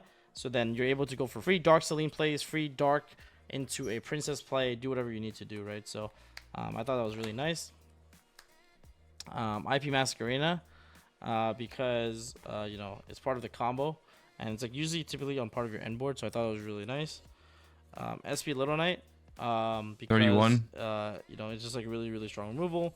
One Promethean, 32. you don't really need two. I think one is enough because you have like 2 Flambridges, which basically is the second Promethean. 33. Selene, Raging Phoenix. Selene is a god card. Free Apollo, I guess. Appaloosa. One Zelantis, and then I think that's pretty much it. You'll notice that we don't play Amber Whale because My eyes hurt. much, like the only time you ever summon Amber Whale is It's every time you watch a Pak Deck Profile, I can't help but think that's a lot of money, but I still don't think it looks better than the other. Like, I still prefer regular secrets over quarter centuries. Like, I can't help it. is when you like get drolled, and like that. The never Apollo really is 34. No, happens, the like, Apollo is Starlight. The Apollo is Starlight. And Starlights I actually find sick. Like, Starlights are insanely pretty, but I don't like quarter centuries as much. like I guess The like, Apollo doesn't is come up Starlight. It enough. doesn't count. You rather have Raging. You rather like get the extra utility off the flex spot, in the extra deck, and I think like the Typhon came up way more for me. I wanted to, yeah, I didn't play Formula, Savage, and then Baron. I made a lot of these cards like quite easily because, like for example, there's some cool lines where you can like use Selene to bring back Veiler, right, or like bring back a Witch, or like go Selene, bring back Veiler, or like Witch. Now it's like 35 or something. Plus, like, I lost count. It's the maximum result on the poll anyways. We don't need to. We don't need to. Floodgate through multiple hand As traps. always. So like Selene was really crazy at like doing those type of lines. And then like obviously like you can like Selene back a Witch, I mean a Veiler, and you use Veiler plus Selene, I mean plus the Witch to make a Savage, and that also came up quite a lot, which I thought was really cool. And then yeah, Forma Synchron, just drawing you free cards and tagging out into like interruption on your opponent's turn. And then Baron, which was just honestly the MVP. Baron was so important because you just made it. You didn't always make it with like Savage Formula or like whatever. You mainly made Baron with like Witch and like a level 3 hand trap, which I thought was like insane. So yeah, so that was really nice. The last card is what do you think of Impulse? You mean like Impulse as like a side deck option? Impulse with Fire Attacker or whatever it's called? I think it's fine. I just hate that. I mean, it's like kind of, I think it's comparable to Phantasme, and I think I would always play Phantasme before I would play Impulse because Phantasme doesn't have a brick with it, right? It being fire is kind of awkward. That's true. Like, because you tribute it from your hand and it ends up in the graveyard, so they get a Hita for free. That seems worse. Yeah. Typhon. This is good. I don't think, for the record, I don't think a card being fire completely eliminates it from being playable in the format. Like, if the card offers you enough, you would still play it. And I would say Impulse, if it didn't come with the brick potential, then I'd be down to play it, right? But because it's a fire and it requires a brick in my deck, I'm not on board. There's idea, but this was a card that kind of like came up in actually Infernoble deck building theory, where essentially like when we were hand trapping our opponents and fighting for resources, Typhon's a card that really shines on top in those type of game states. And Typhon's really neat is also because the moment you summon Typhon, because after you summon Typhon, you can't no more special summon anymore.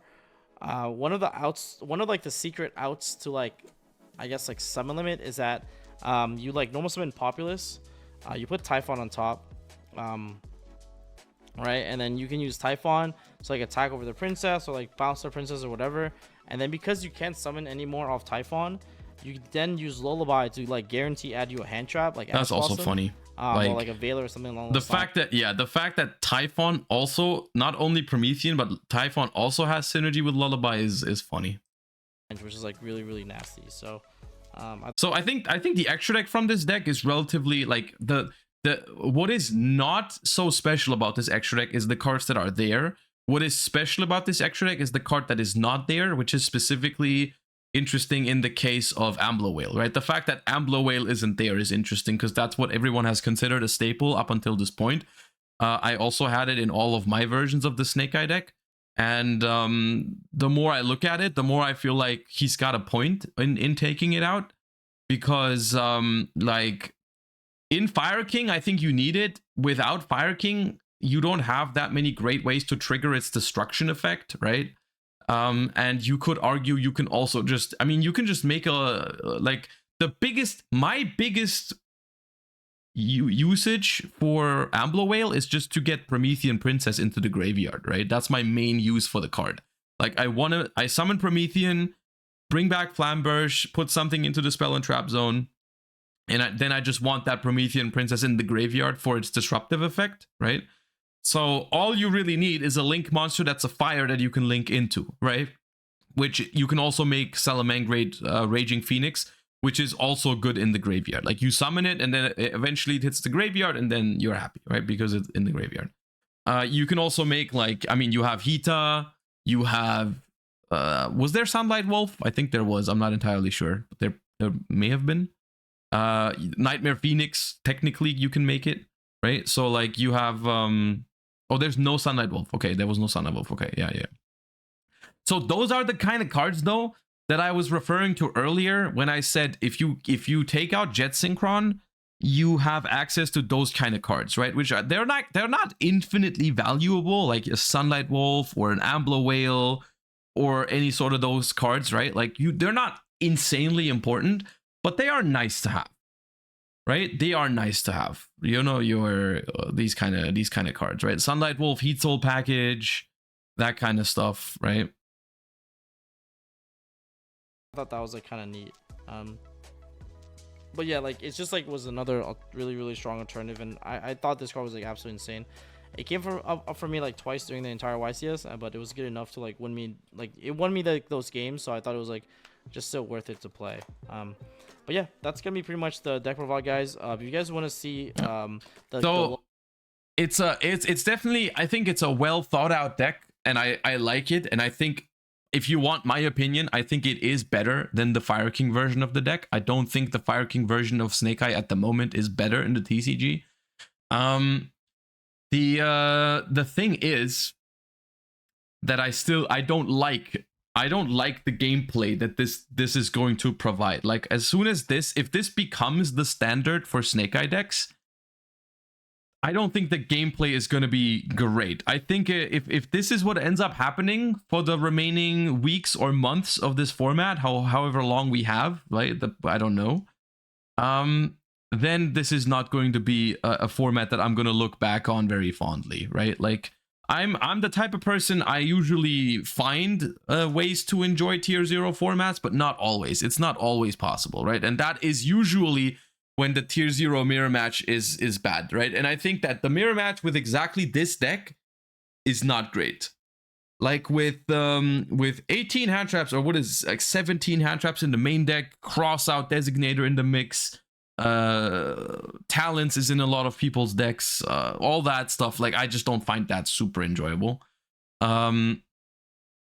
So we'll see, right? So Snake Eye itself as an engine I find fun, but it's not fun when you hand trap each other to death, right?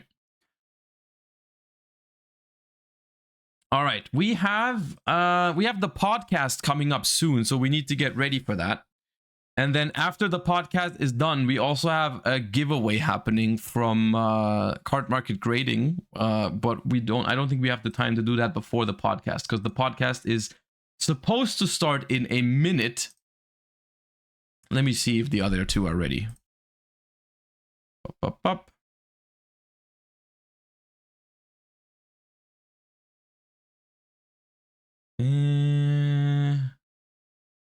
So Jesse is ready. Let me see if Mr. Farfa is there. Up.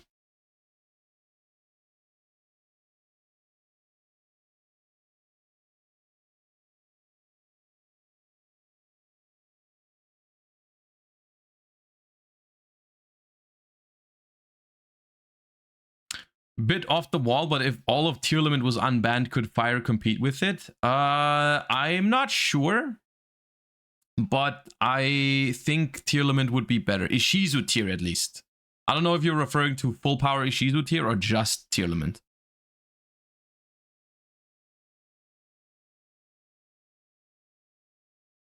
If it's just Tier Limit, then it be closer. If it was with Ishizu, I think Ishizu tier would be winning. I remember watching a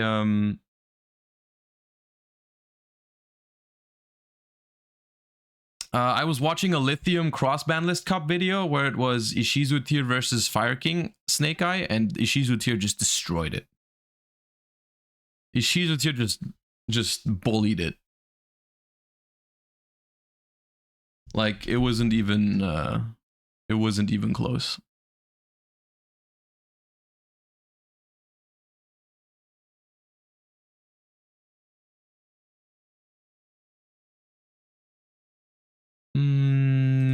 Okay, we are missing Mr. Farfa for the podcast.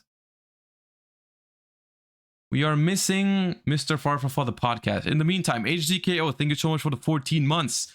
Theat, thank you for the Prime. And Yarek, thank you for the Prime as well. You guys have been starting a hype train. Appreciate you guys. Thank you so much. Where is Mr. Farfa?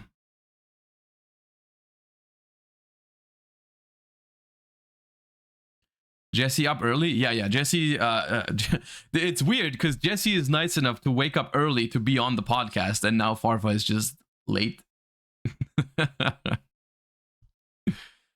Which, if there's one thing you can't say at this point in time, is you can't say like, oh, I overslept or something like that, because it's freaking like 1:30. What time is it in the UK? I always forget. Is the UK 1 hour ahead or 1 hour behind of us? Of mainland Europe? Minus 1 hour. Okay, so it's 12:30. Okay, Farfa has messaged and said he needs 2 minutes. Okay. We can kill 2 minutes. I oversleep at this time sometimes. Well, I mean, yeah. Do you think that chain disappearance could be interesting in lab? Chain disappearance. What are you trying to hit with it? Like Snake Eye Ash on normal summon?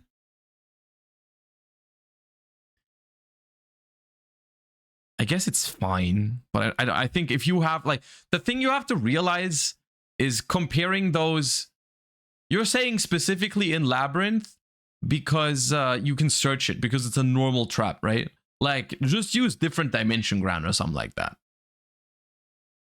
right? Like as an like it's not a bad card. It's not a bad card against Snake Eyes. Like, I'm sure if you can resolve your full combo and set it off of... If you can set it off of Lady Labyrinth, then you're chilling. But you would probably be better off just playing another more powerful trap card. Poll results? I mean, I didn't make the poll. I don't care about the poll results. I'm not going to... You're not going to get a Ray cosplay. It doesn't matter how often you put up polls or... gift a sub to some Ray cosplay account. It's not happening. I'm not gonna cosplay Ray.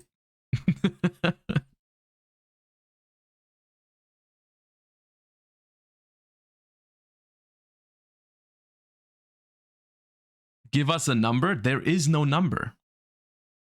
There is no number. Doesn't exist. I'm not down bad enough. Hugin cosplay?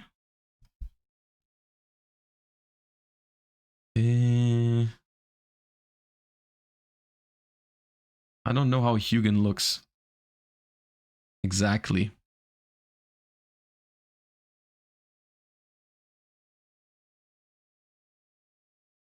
No. The answer is no.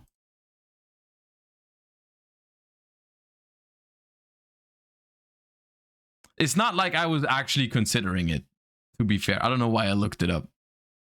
I don't know why I looked it up.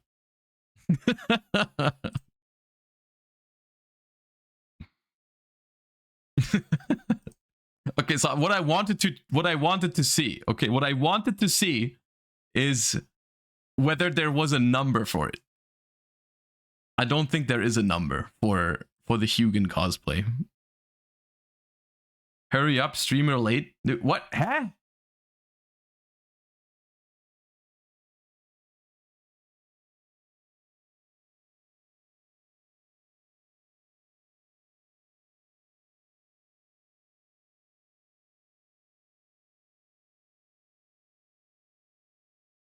Hello. Good morning, Jesse. Good What do you afternoon. mean, Jesse? Why does he get it first? I'm the co-host. You are late, weren't- though. I've been waiting here for like at least 27 seconds. What happens Alright. when you get popular? You get all demanding.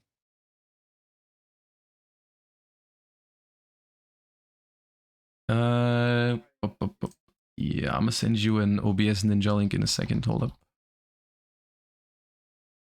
What time is it? 6:30? 7:30? Ooh.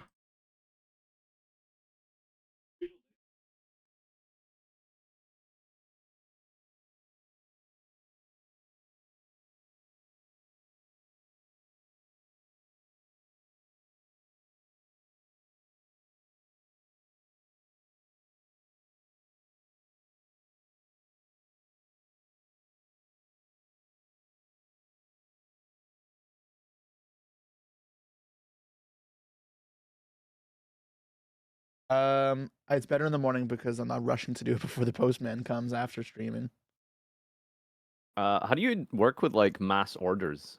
Do you have I like have a an pickup employee. thing, or what's like the vendor They strat pick it for up. posting? Okay. So, are y'all joining the room or Do I do join room with camera or join or screen share with room? join room with camera?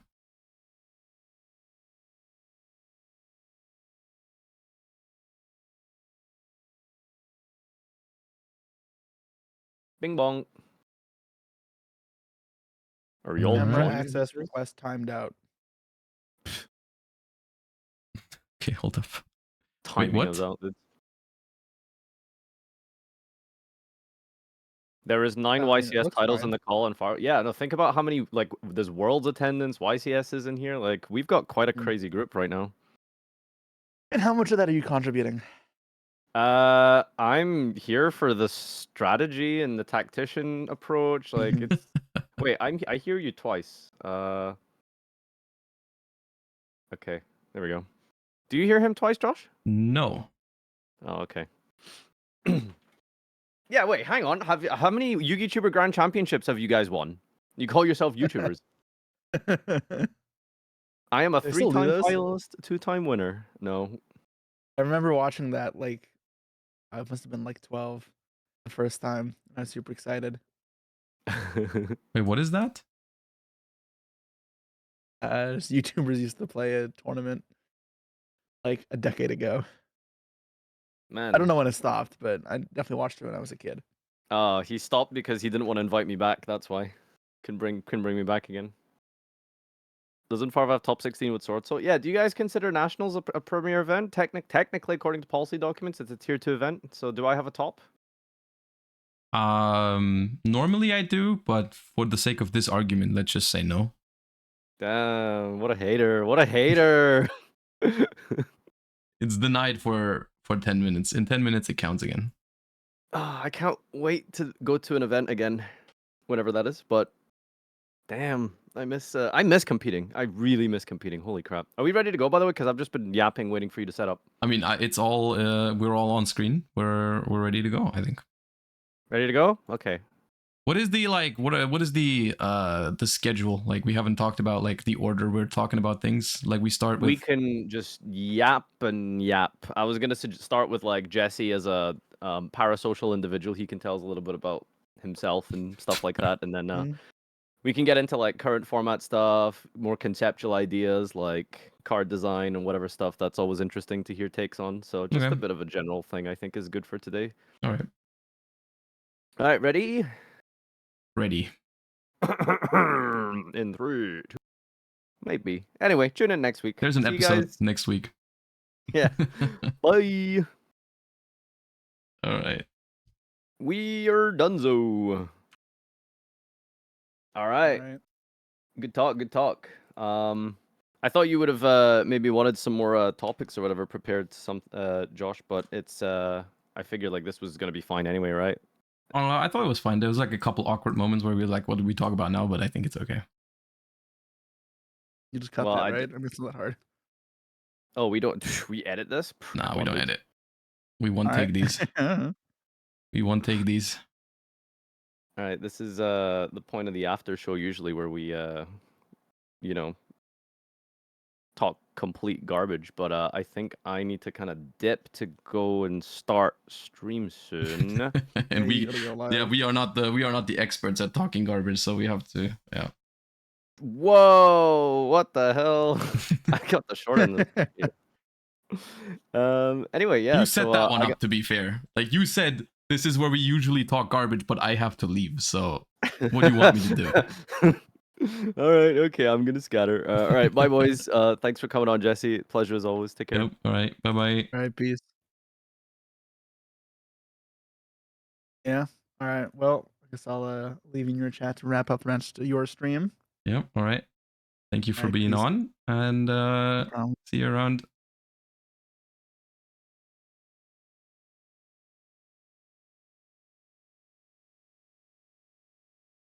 Pop. There we go. All right. That was fun. And let me close all the things. All right. What a nice young man. All right. So we have received the food in the meantime. And we have a couple things to do still for today's stream. Unik Funai, thank you for the 9 months. Quick 7, thank you for the Prime Nexo. Thank you for the Prime Eclipsed. Thank you for the 7 months. One Risk, thank you for the Prime as well. Icarus Kid, thank you for the Prime. Everyone that subscribed during the thingy. Wait, what the hell is a golden? Oh, there's a golden Kappa train right now? Well, there you go. Get your golden Kappas now. Park champion. We haven't had that in quite a while. Dude, okay, no, there's no way. I need to talk to my partner manager at Twitch. There's no way they did the golden Kappa train on the last day of the Ray sub-sound. That's not a coincidence. I refuse to believe. I'm about to complain to them. I'm about to complain. There's no way.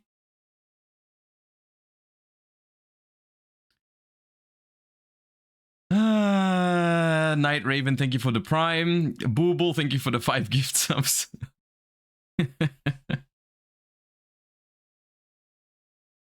Oh god, all right.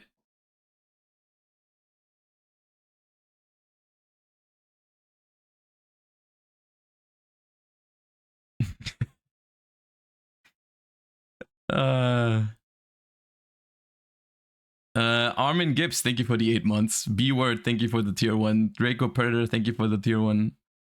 For the gift sub, rather. Jin, thank you for the Prime. Austin, thank you for the 5 gifties. That's crazy. Thank you so much. And Vi195, thank you for the 7. Cosplay when? Look, there is no... Okay.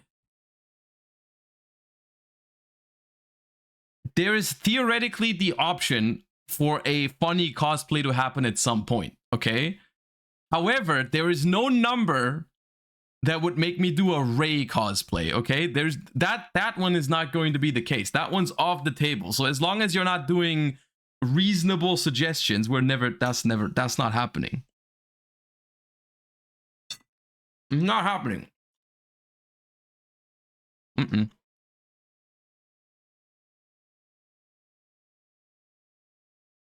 Pateri, thank you for the gift sub. And X Crazy, thank you for the 5. Okay, so this is the... Unironically, this is the weird part about this golden Kappa train thingy. Is like, I don't like sitting in full screen mode and just waiting for subs to trickle in, because I feel like that's not good content. You see what I'm saying? So like, the golden Kappa train is running. And of course, if you want to support the channel, I very much appreciate it, but we're just going to move on with the regular content. We're not just going to wait for subs to happen. That's not great. That's not how we want to do it, because I feel like most of the time, you know, if people want to support the channel, they know how to do that. So we don't need to, you know, like, let's just move on. Radam, thank you for the 7. An anonymous gifter, thank you for the gifts. I appreciate you. All right.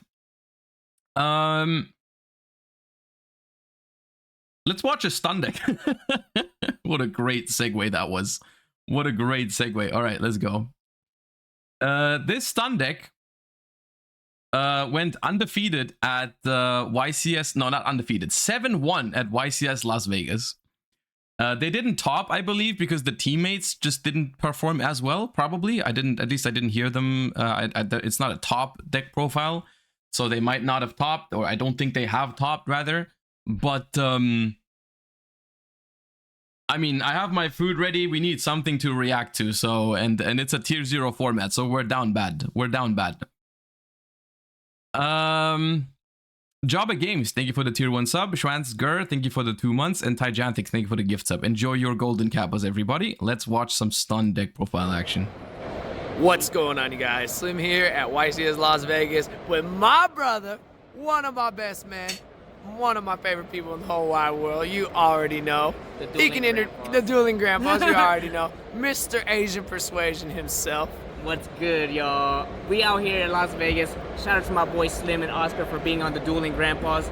See us round 6 feature Match, yeah. And a round 3 written. My yeah, back was was hurt because he was carrying my ass. Yeah, so I just want to show the deck that Konami really didn't want to say what I was playing when we're on feature showing our boy Oscar's yugioh deck. Yeah. I was playing anti-meta stun, and they did not want to acknowledge that at all. They were just saying that our deck were surprises and they're interesting.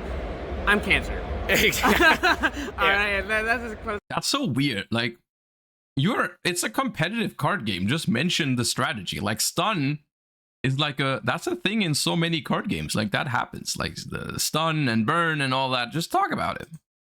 I can get it. I'm sorry. Or make it not viable. Like, I'm also down for that, but don't just like let it run around and then don't mention it, you know? Like, oh, FTKs aren't real, stun decks aren't real. We're just not gonna do anything about it. Already got old ones, I'm good. Yeah. But if you want to terrorize your locals, I'm sorry. You got the new goo for you. Yeah. And I'm also sorry to the people that are copying this deck list and getting played against.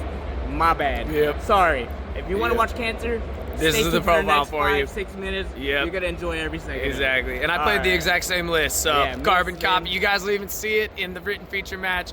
They were like the old school duelist matching deck list. So all good. I worked my personal record.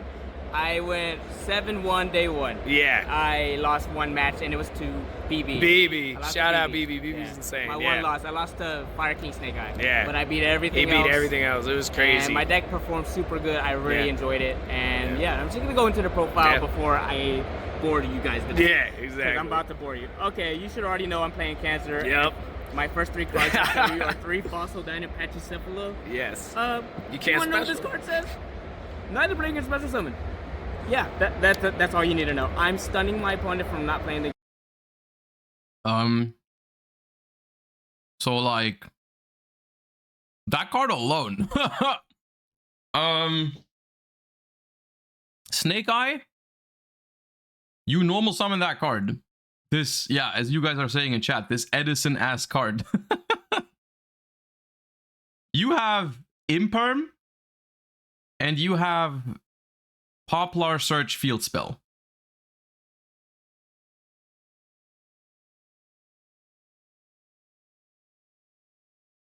Right? That's it. Don't you have Subversion? People don't play Subversion. Game. Also has a really cool flip effect. When it's flip face up, destroy all special monsters. Only came up once, but when it does come up, it is nice. So, and you already know you gotta have the Brethren. Oh god, yes. Jowgen Spiritualist. I've always been on this card since Spellbook, but this card is actually way better in this deck because I can go second consistently and blow up your board, or bait Imperm, bait a negate from Veiler, bait an Appaloosa. It literally just destroys Fire King Snake Eye with ease. I only lose to the Pure version more because they can end on like Baron Borload, but in theory, this card by itself solos Fire King Snake Eyes. So, shout out to my man's Jowgen. Yep. Shout out to more copies of cards that say you can't play. This might be the best of the statues that aren't banned. Really? Dude, so, is there a single... There's no card so far in the deck that does not say the word cannot. Actually, this one says neither player can, which is the same. That's the same. That counts as the same thing. It's like neither player can or cannot has been on every card so far.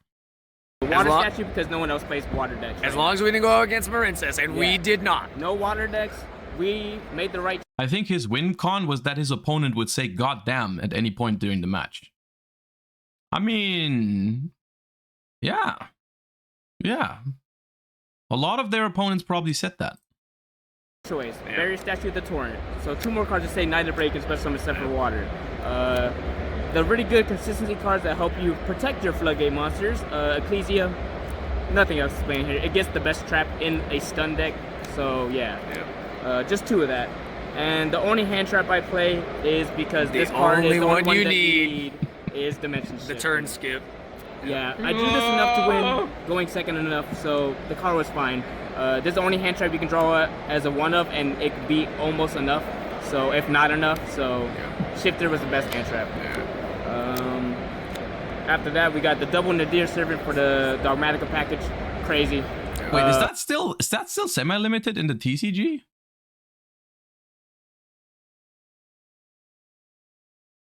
No, okay. I always go for the greedy Garura play if I don't need to pop something with Entis on the board. So you can draw me pretty much there, but after that, draw does not hurt my deck as bad as it should. The God card versus Snake Eyes, anything, even the Fire King version losing cards list too. Shout out to GKs, yeah. Shout out to Grey Keepers. This is double evil too, because it's like they're playing the OG version, dude. If you're playing Necro Valley, you gotta be on that newest print, otherwise it's just weird. Jesus Christ, yeah, this card is a floodgate they won't be able to imperm, because they can imperm all these, but they cannot imperm this. So you have to have 2 outs to play the game. Exactly, yeah. Flamberge is not using it. Yeah, going into the board, like going second, like just being able to hard activate it just to like start was actually just really good. Yeah, this is our new Mystic Mind that doesn't let them play as much. Mystic Mind doesn't let you play at all, but this is like the next best. Yeah, this slows them down enough to kind of play at our pace. It's kind of like the point of the deck is you kind of have to, especially going second, you have to slow them down to be able to do that. So now to the best card in my deck. This card is insane. Everyone picked this card up multiple times. Decisive Battle of Golgonda. Okay. All right. To be fair though, I have no idea what that card is. This is my Egyptian God card. I'm letting it come out. This is the card that says protect your card or cards from battle and or card effects. Hello. Normal summon Diner have this. They go battle phase attack. You go resolution. I'll take damage. Protect. They're like, what just happened? Is it my turn yet? End phase activate Titanic Clad. Start playing the game. Exactly. Yeah, this card is crazy, and it's once per turn per copy. I open 2, I protect twice. You dust. This card's name becomes Great Sea Golgonda while on the field in the graveyard. Once per turn, if a card you control will be destroyed by a battle or card effect, send a fusion monster that mentions Albaz as material from your extra deck to the graveyard instead. During the end phase, if you have Albaz on field during grave, okay, that one doesn't matter. Okay, it's just once per turn battle protection. I protect. You attack over my guy, I protect. It's your new age Hugin. Dude, it's Hugin. The designer of that card is in shambles right now. Like, because they were like, okay, I'm gonna design a fair card for the branded deck that people aren't gonna be playing probably anyways, but maybe someone is gonna like it. And they're now looking at this profile and they're like, oh my god, what the hell have you done with my card? It's Hugin but cracked. So good luck finding this card. It took me forever, so find it while you can. Hugin but cracked. You take That's that the God back. card. The second God card for when they think you can't beat over their monsters, you're always 100 bigger. Always 100 bigger, no matter what. Don't even have card to do is math. crazy. Yeah, the card's cracked. Second best card in the deck. I honestly think it should be a 3 of. I think I lost games where you either draw too many monsters and none of this, or you draw no monsters and you see this. That was me. Yep, that was me. How Michael went down. Definitely, yeah, no. But one thing, because one thing we'll highlight with Morganite, especially because in Runic, obviously we're only doing it for the draw too, but the fact that you get both effects, you get the double normal is actually crazy. Normaling a flood. When you told me about that, and obviously I hadn't tried it, but then I tried it, it was nuts. It was okay, I summon Dinah, then my second summon, I summon a Jowgen, or I summon a water statue. It's crazy. 2 imperms instead of 1. You Exactly. use the 1 imperm with 1 floodgate monster, but if you get 2 established, they have to have 2, or have 1 and attack over the other. But if you have any protection, I love how they're talking seriously about this, right? I love how, and I mean this, it's funny to me how they just sit down and seriously explain it rather than just slapping the cards down. This deck is Master Duel legal. Can we play it? You want me to play a stun deck right now? You want me to log on to Master Duel and play this deck?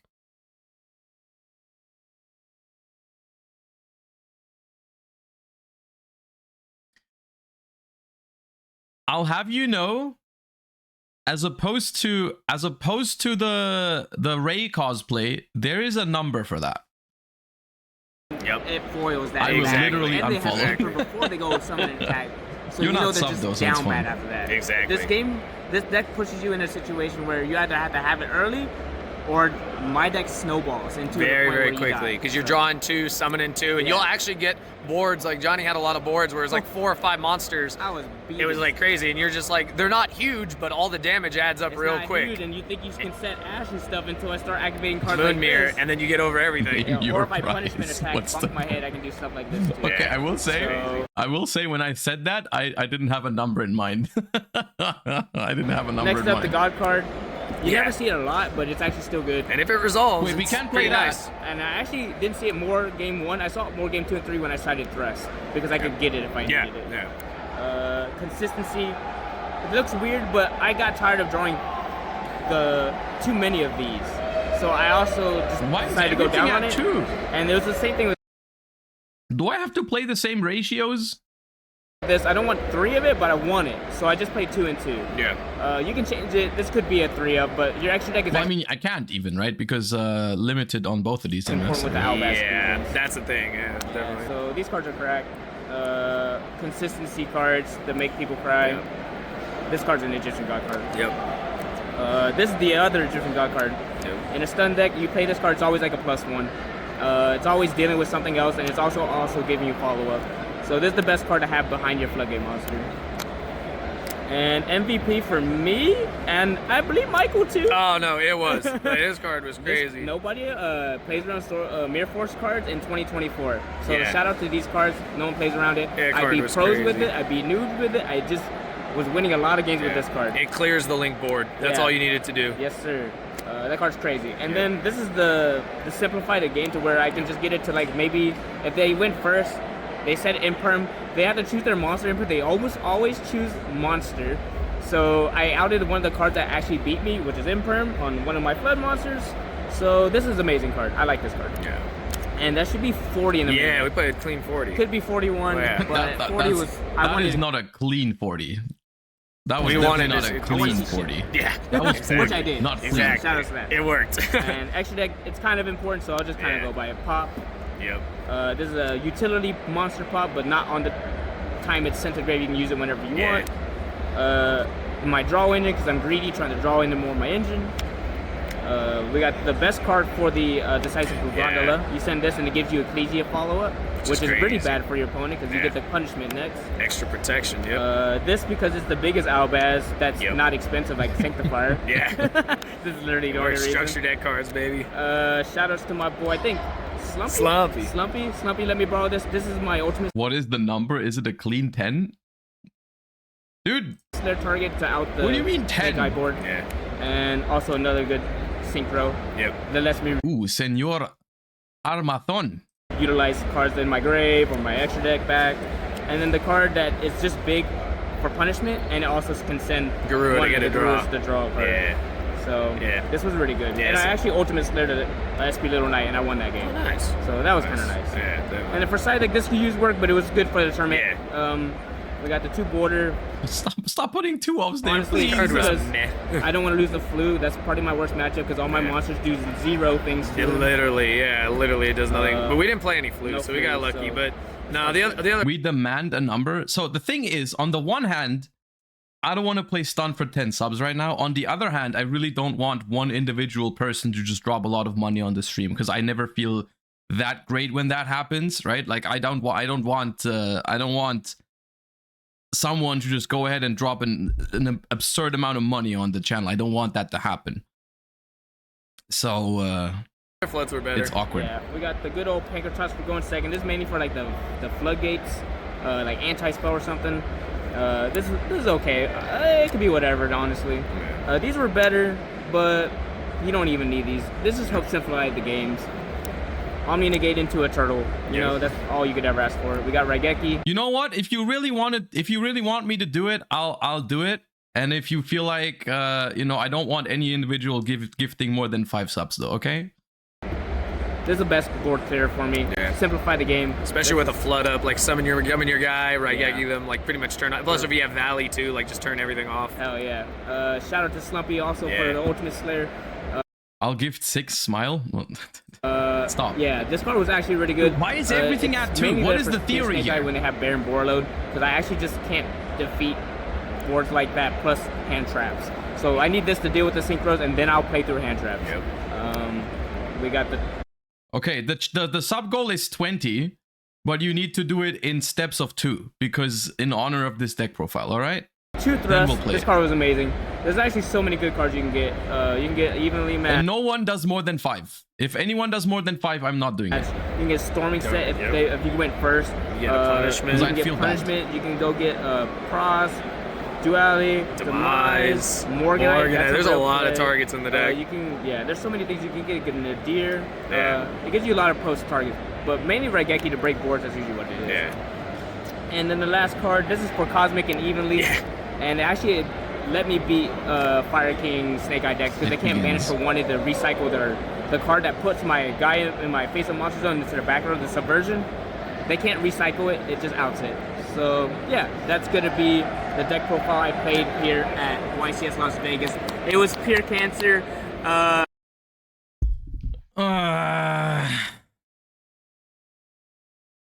Wait. Anyways, how many games? How many games? Before we hit 20. Hello. Hold up. How many games? We didn't specify.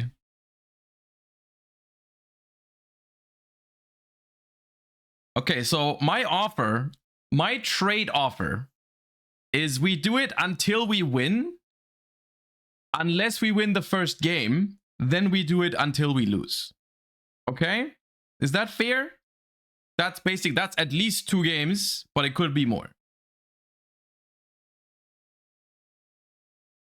Because I don't know if we're going to be winning or losing, right? Shakes hand. Okay, well. So I haven't counted, but I'm gonna be honest with you. I'm bad at I'm bad at what's it called? At bargaining. Because now even if we don't hit 20, I would still do it because I would feel bad for the people that gifted a sub if we didn't. So we'll do it anyways. If you all want to make us hit the 20 because you want to support the channel, then that's on you, but we're gonna do it anyways. Oh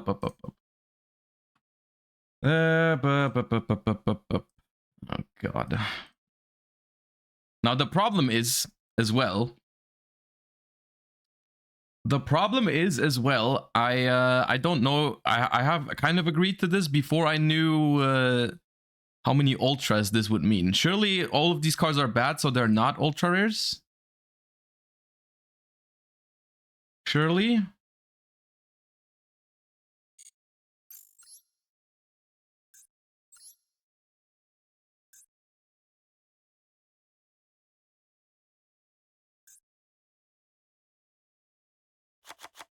Oh, I don't have super rare crafting points. Patchy, Jaugen. Wait, why do I have Jaugens? Oh, it's the legacy pack. Pot of Prosperity, Duality. Golgonda.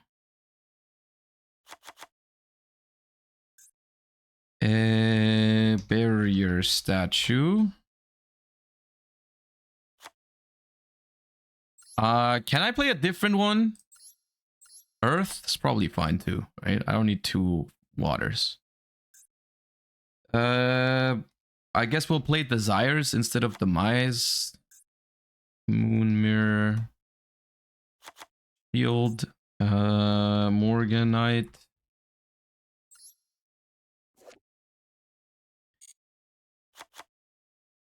Thank God we're only playing 2.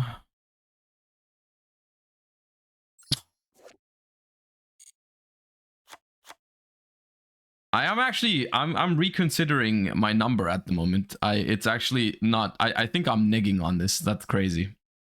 I'm actually going neg on this. What else was there? Storming. Solemn Judgment. Why do I have 4 Solemn Judgments?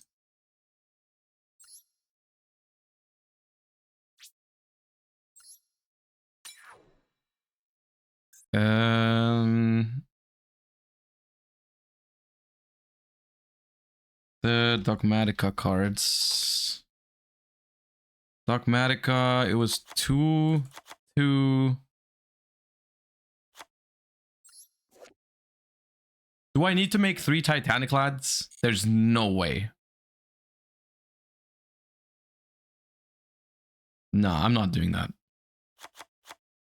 3 punishments.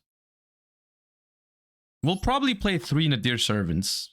I know it goes against the flow of the deck, but we have to replace Card of Demise and the extra pots, so we'll do that. Shifter is at 2. Evenly. I need the extra deck. What is like...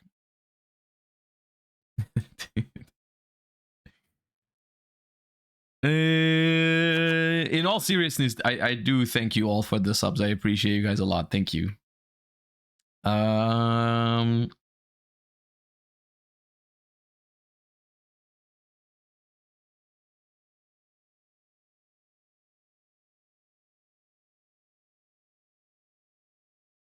Copies of cards that say you can't play. This might be the best of the statues that aren't banned. Yeah. Really? So water statue because no one else plays water decks. As long as we didn't go against Marincess, and we did not. No water decks. Well, we made the right choice. We have all Every the statue's cards, a right? It's just because ban list differences. We have all the cards. So we need to make up for those. Hold up. I need to dismantle some supers. I hope I have enough, but I should. Dismantle selected cards. Super rare. What the hell is this? This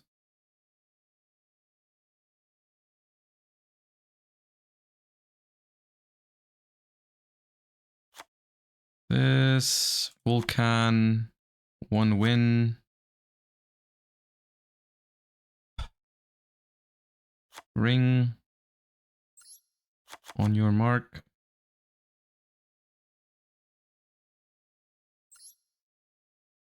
I'm the worst at dismantling cards. I'm always like, but what if I need it? I'm that kind of guy. I'm like, what if I ever want to play it? What if I ever want to play Atlantean again? I'm so bad at this. Okay, Nabla can fuck off. Second Crescendo.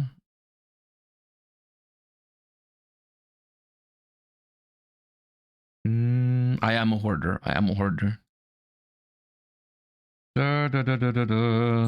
Nini.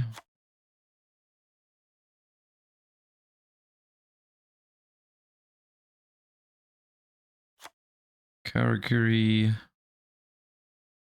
15. That lets me make 5 supers. Was that enough? No. Extra impulse. Where was impulse? Oh, there. Right. Because I have a royal one.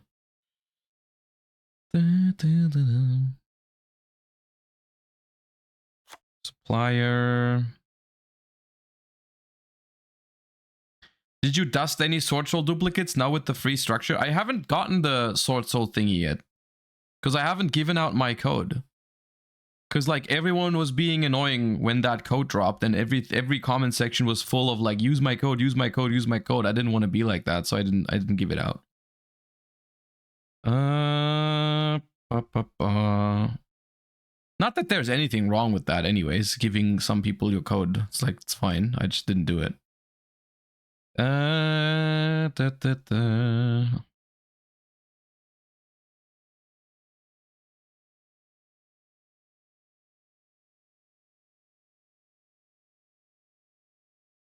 There's like so many cards here that I'm probably never gonna play.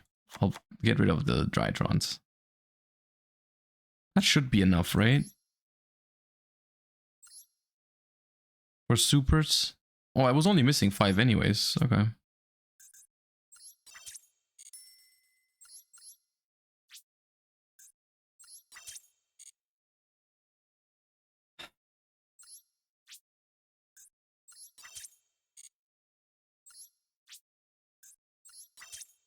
That hurt.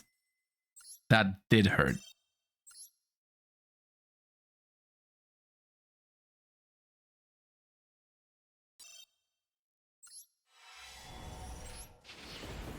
If I pull a Necro Valley now, even though I just crafted it, I'll be mad. That was close.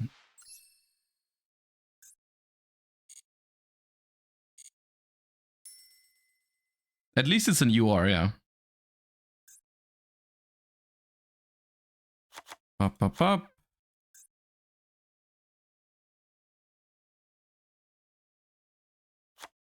This Garura. There's no way. I was about to say there's no way I can't play Extravagance too, right? But then I would need to make more Titanic lads probably. I'm along. Yep.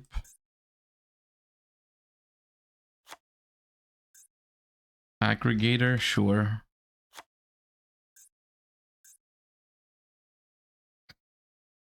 I guess let's just play for the memes. Let's play 3 Stormings.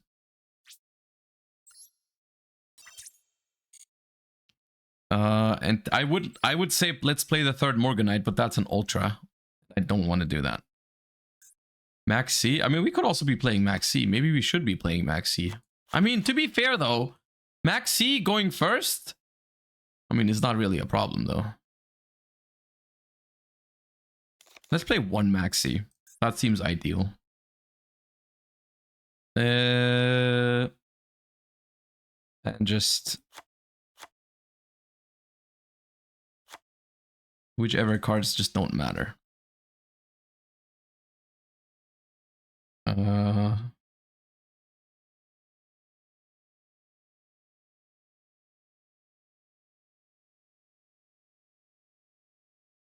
Perfection. All right. All right, so the deal is we play until we win. Unless we win the very first game, then we try to hit a win streak and we play until we lose. That was the handshake that we had. We had a firm handshake on that. Scoops don't count? What do you mean scoops don't count? Like, I'm not gonna scoop. If I'm losing, I'll try. I'll try.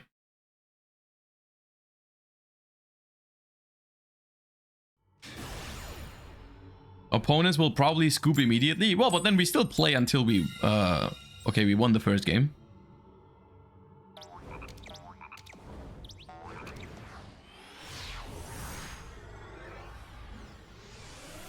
$100 win streak incoming.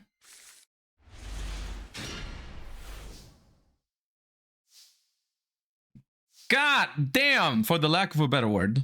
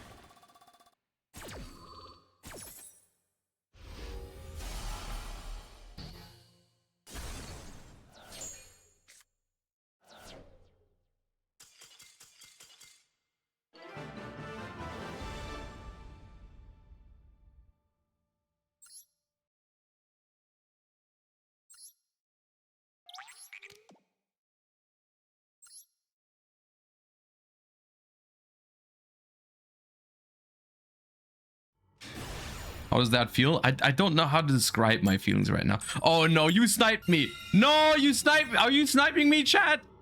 No, I know that name. Irate's one of my mods even, I think. I'm pretty sure you got promoted to a mod. Let me check. Yeah. No, I have no stun cards. I have double evenly though. Well, those evenlies are surely gonna surprise them. Get sniped? Well, You wouldn't be laughing if I had drawn one of my floodgate monsters. You wouldn't be laughing right now if you know, no floodgate engine. Yeah, I'm missing my floodgate engine. Do I just set storming and pass? The thing is, chat, the genius thing here is, if I lose, it technically already ends. Because we have won a game, so we're playing until we lose. Oh my god, Super Heavy Samurai, we are so dead.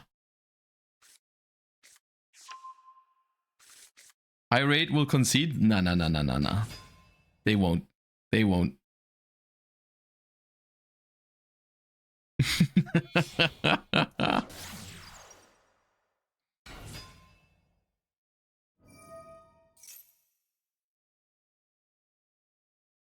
Why not set judgment? I don't know. I wanted to keep it. I wanted to try and survive with storming and then evenly next turn maybe, and then set up draw a floodgate monster and then set solemn.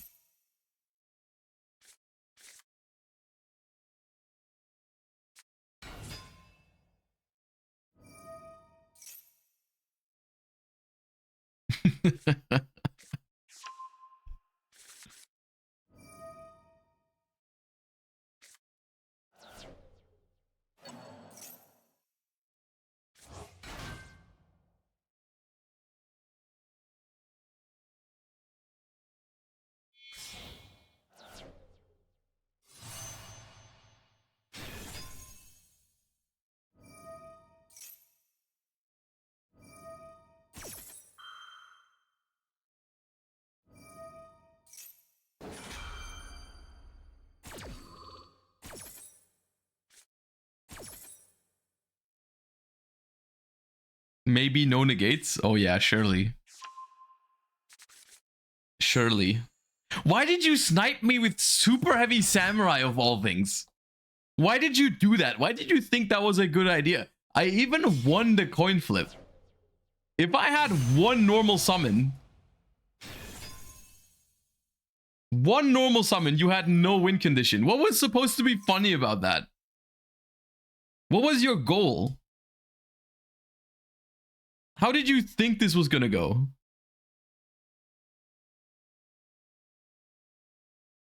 If I win the flip, it's funnier. If you win the flip, you're doing the exact same stuff and I'm sitting here watching the exact same thing. How is that funny?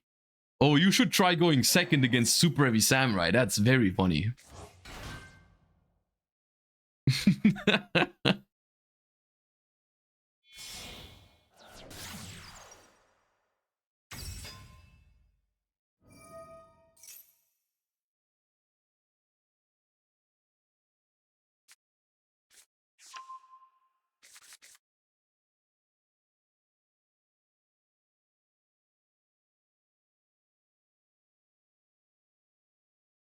Give me a homie draw. I'm asking for a homie draw.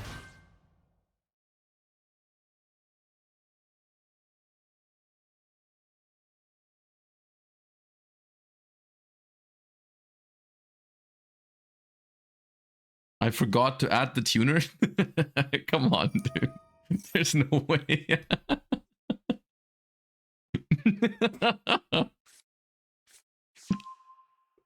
Jizukiru, you already drew Regulus? Did you forget to summon Fossil Dino? No, I forgot to draw Fossil Dino.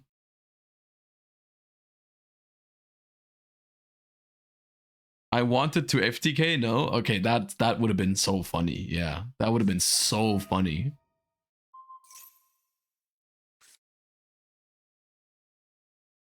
Shame Scoop now?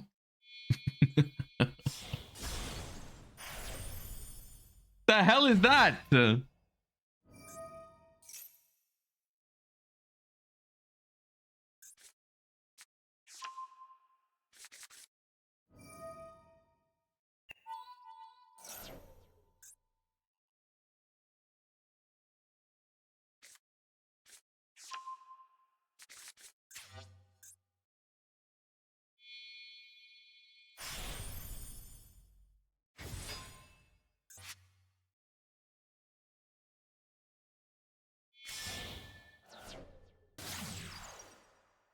God. Oh God.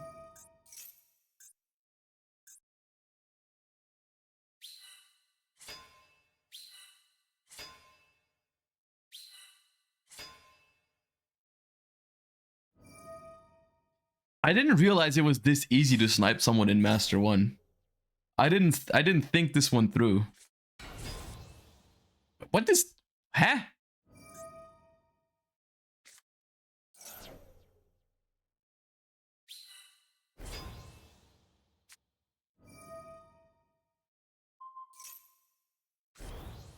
$43! Why is it level 43? What?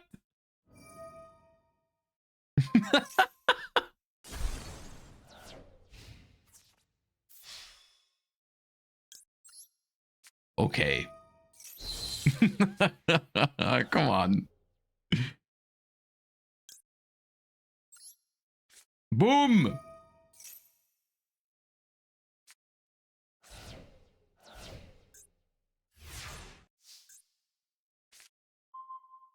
Joke's on you, I still can't play. Joke's on you, you're still winning.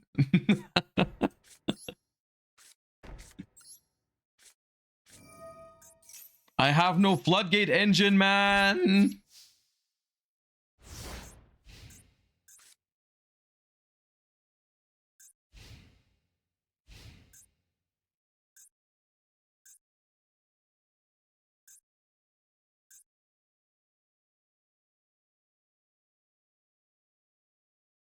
Are we playing stun? None of your business.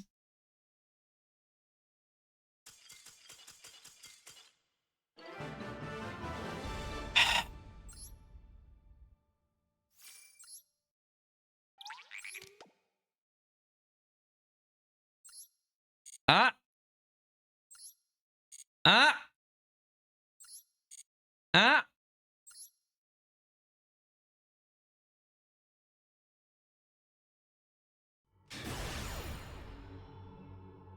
Okay, if you still snipe me, then I guess.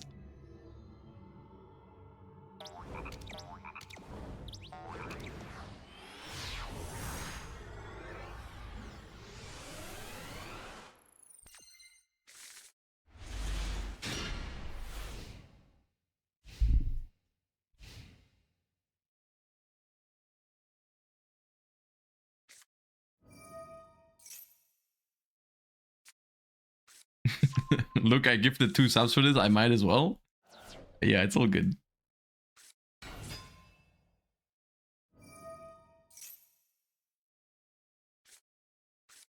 Well, it was a good run. I mean, yeah, that's probably it. We have lost the coin flip. Winnable, surely.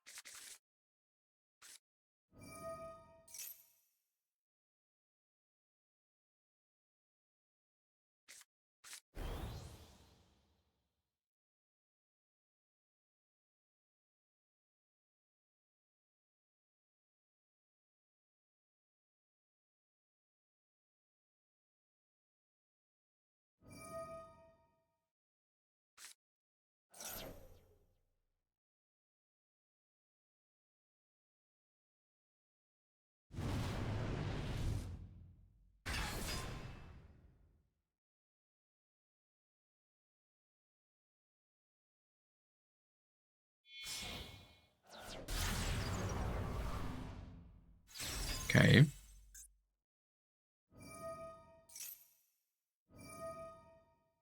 That is not how you're supposed to play around Nibiru, but I guess I don't have cards to punish that.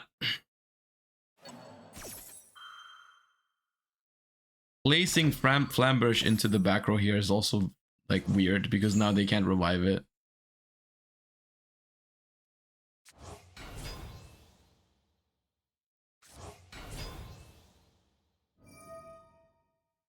So I guess no, it does work actually.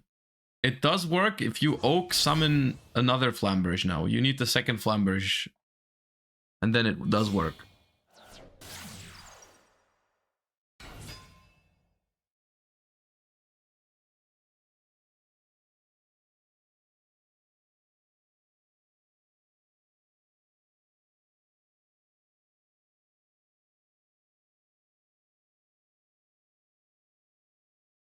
Well, the good news is if we lose this, we are free from the obligations to play the stun deck.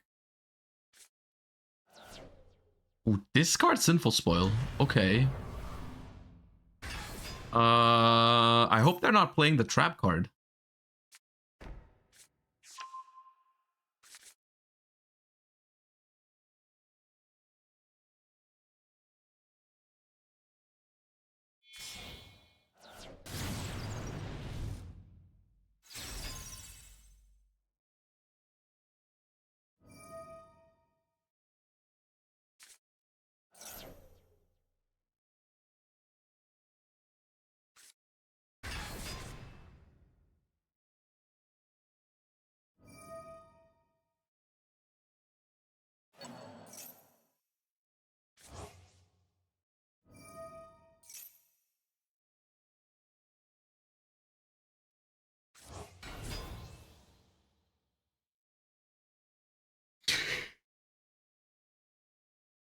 Ugh.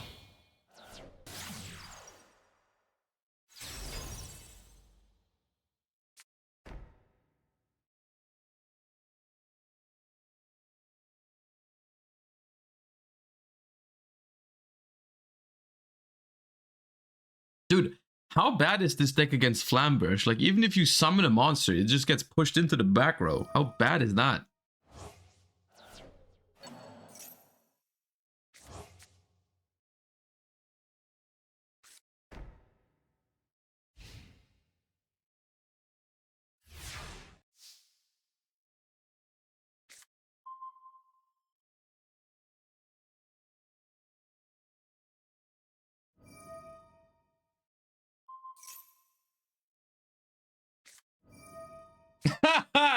uh.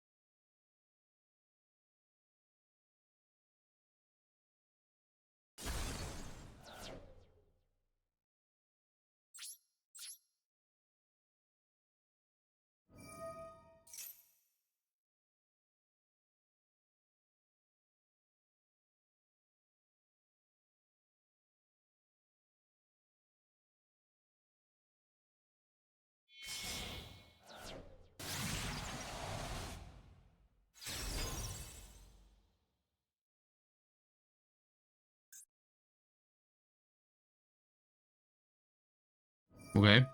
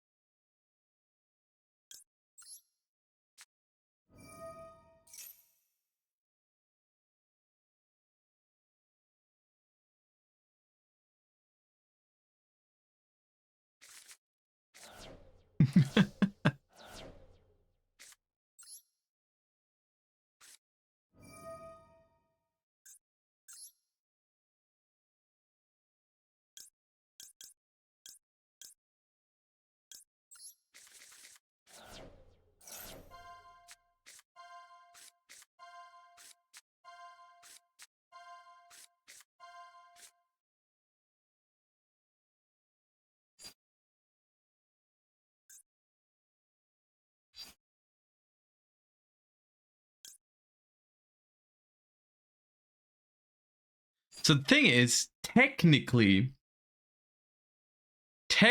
we don't need any of these cards, right? Because we already have Barrier Statue plus Storming, which technically deals with all of this. I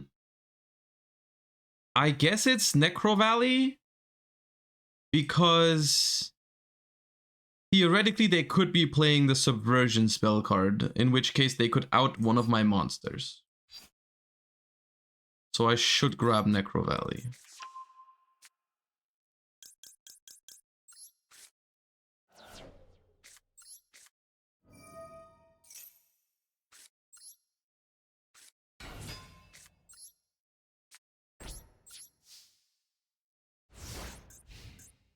Oh no, not that music. Oh no. That music means something bad is about to happen.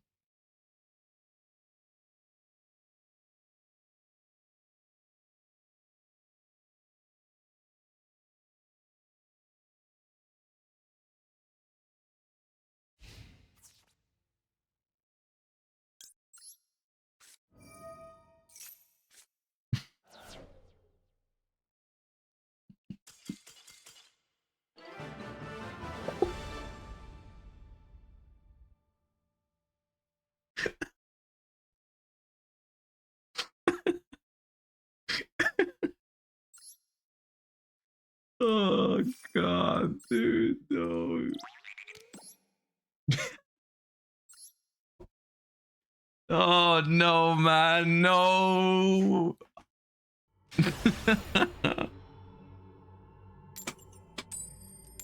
Oh god.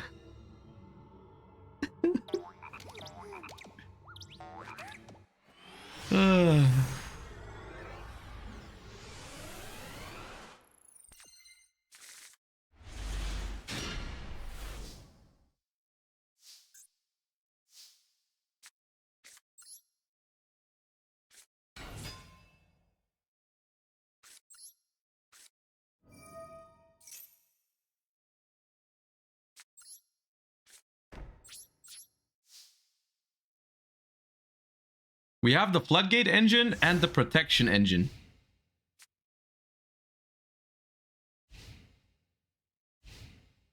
And we are dead to 1 impermanence. Nice. We can go back to doing real stuff. It was... That last game especially, though, was funny as hell. Okay. Oh my god. Not like this. Not like this.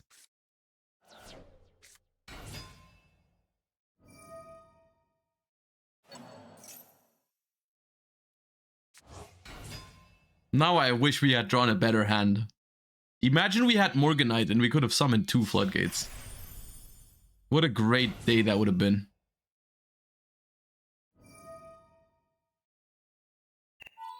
Maybe no negates? There's no way. There is no way. I'm gonna let them finish, but there's no way. They already have a negate. If they just leave this thing on the board.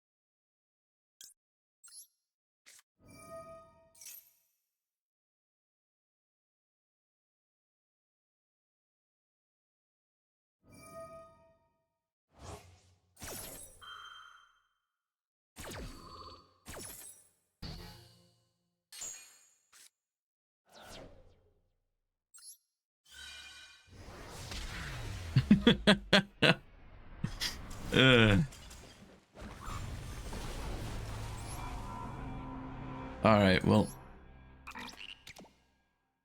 75% win rate though. 75% win rate though. All right, well, that was especially that third game was more fun than I was expecting. So I hope you're happy now. I hope you're happy now. You've made me play stun. Mission accomplished. I have not played stun since like 2010 or something. So there you go. Put on the wheel? I'll think about that. I'll think about that. Goodbye, YouTube? I mean, unironically, probably. Are we scattering? Not quite yet. No. We still have things to do. Ironically, I thought today, I thought we wouldn't have, and I think we wouldn't have enough things to talk about for the entire stream. Because I came in a little underprepared, but it turns out we've been talking about Yu-Gi-Oh more than I thought. So we're actually gonna have, I feel like, not enough time to do everything I wanted to do. So there's one thing we want to do real quick, and it kind of it has something to do with decks that I like and decks I don't like. It's a quick segment. It's a quick giveaway where you guys can win something, because there is a card market thing going on in cooperation with card market grading, because the card market also does gradings now. And they're doing a little campaign at the moment because they've added a couple new things that they wanted me to talk about. And we are combining it with a little giveaway, because the things that they have now... is they have a couple things. They have a population report, which you can use to check how many of a certain card have been graded by them. And then they have added something called blue labeled cards, which the blue label is exclusive for something like misprints or signed cards, which normally when you normally grade a card, if it has a marker on it or a misprint, then it would get a bad grade. But this one is excluding that, right? It's like, okay, you have a card that you obviously want it signed, so it's not damaged per se, right? And in regards to that, well, we're going to be giving away graded cards signed by me today. 3 of them. I'll show you in a second which cards you will have the pleasure of having being able to win signed by me. And the other thing that they have is a certificate of authenticity, which is just if you want to know if a card is real or not, right? Authentic. You don't want to have it graded and be in this like solid plastic thing that you can never really open. Instead, if you just want to know, is my card real or not, they're going to authenticate it and send it back to you. So those are the 3 things. And they also have their own giveaway going on, which I wanted to let you guys know about. There's a... I'm gonna send you the link.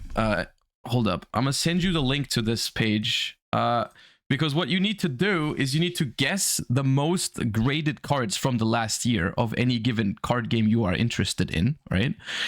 So, like, for example, for Yu-Gi-Oh, you would have to guess. They give you number 5. They say, okay, number 5 is the Winged Dragon of Ra from last year. And then you have to guess the top 4, right? I think you have to send an email with your guesses of the top 4, and I think you can win the graded Exodia and some other Winged Dragon of Roar. Yeah.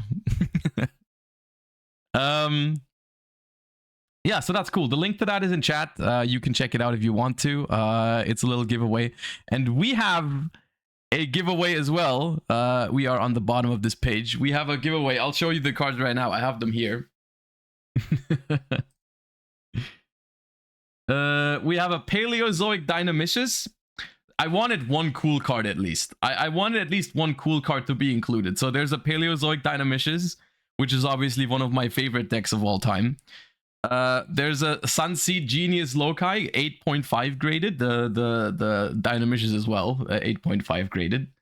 And an 8.5 Sunseed Genius Loci, and then there's a Mathmech Circular as well. So there's a graded 8 Mathmech Circular, near mint to mint. Yeah. So you guys are going to be able to win these 3 cards today, as well as, I believe, let me quickly double check in my messages. It's not just those cards, it's also free gradings, 5 free gradings that we're going to be able to give away. What that means is, so for the free gradings, you can only win that if you have a card market account. But what it means is you can send one of your favorite cards that you own and you want graded. Maybe if you have one, right? You can send it in to Card Market and they will grade it for you for free, essentially, right? So we have 5 free gradings to give away, and then the 3 graded cards as well. So that's 8 things in total that we're giving away. We have 8 things in total that we're giving away today in cooperation with Card Market Grading. So let me set that up real quick. So we go Nightbot, set up a giveaway. So once again, because Card Market Grading is based in EU, and that you need a Card Market account for the free gradings, you need to be based in the EU for this giveaway. The graded cards, yeah. We're doing the what's it called? We're doing the 5 free gradings first.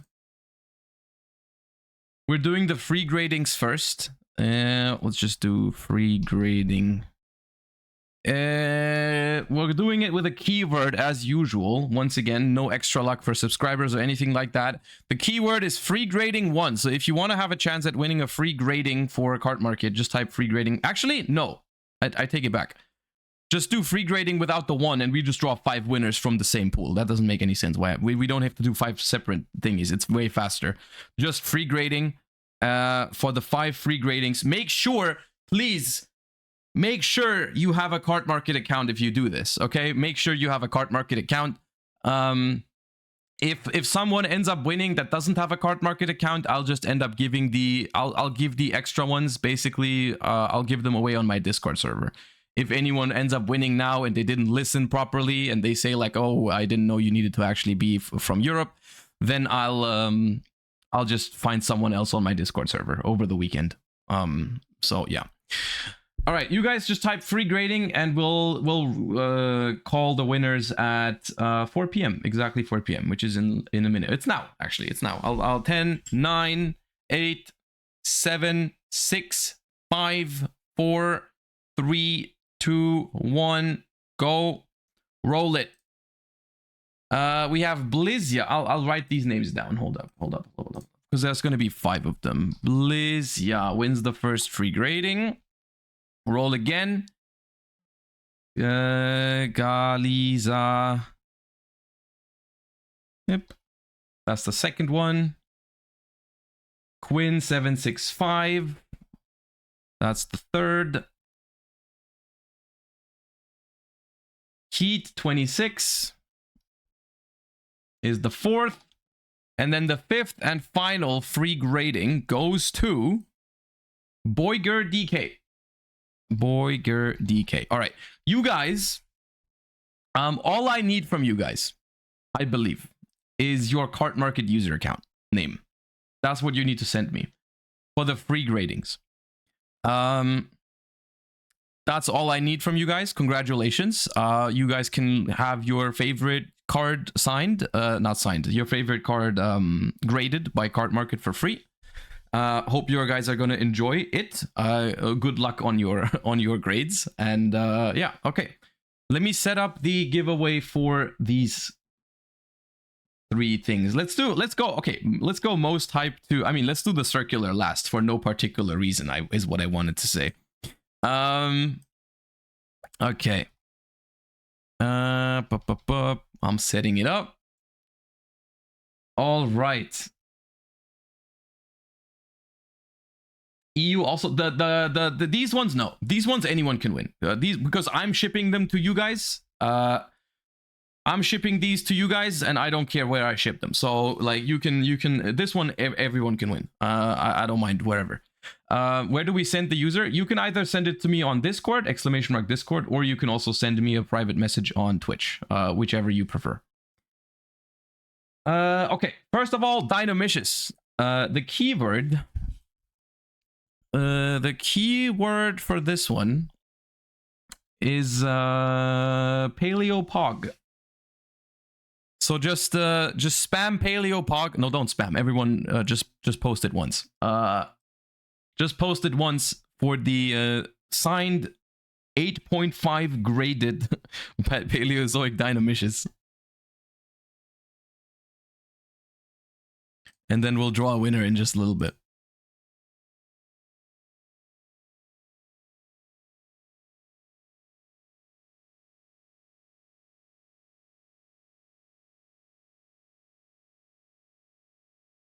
All right. Let's wait until let's wait until 4 past. Give everyone a chance to enter their thingy, and then we'll draw the winner at 4 past.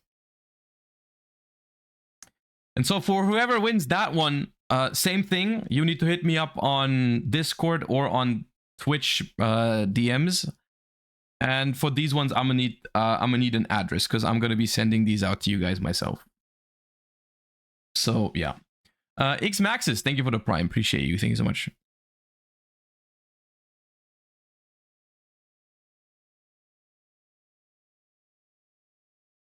Okay, when does the clock hit 4 past?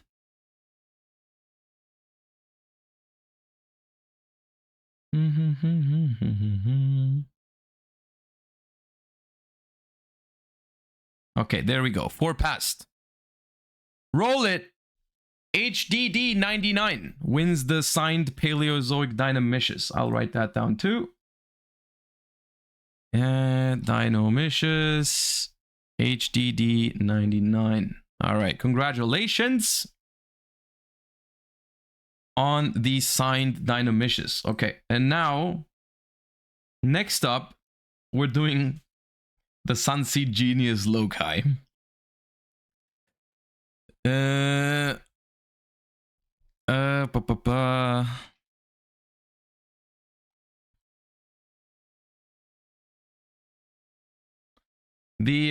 keyword for this one is Plants Maj. Plants Maj is the is the keyword for this one. This one is not EU only. No, this is not EU only. Everyone can take part.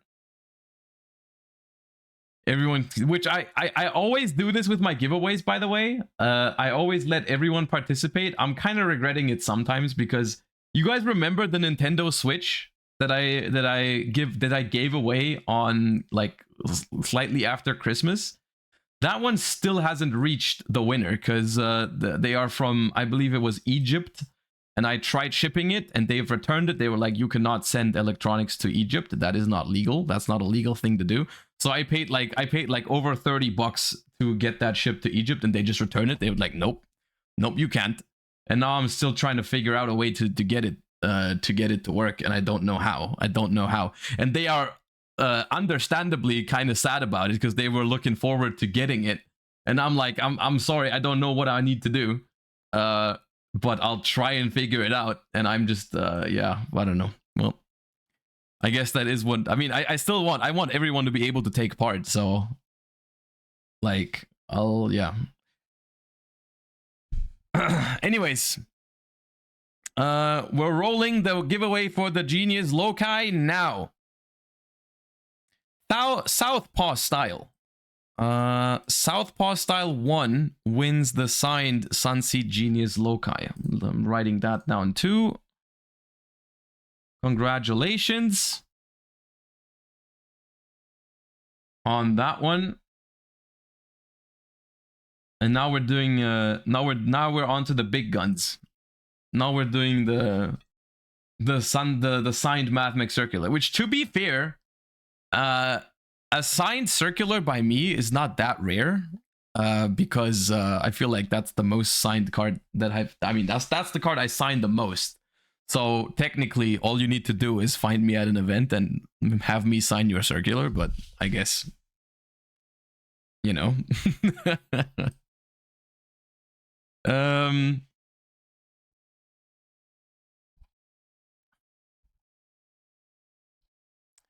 The keyword to win the signed MathMech Circular, we're gonna have it run until like 10 past. The keyword is banned for good reason. Banned for good reason, all one word, is the keyword to win a signed MathMech Circular.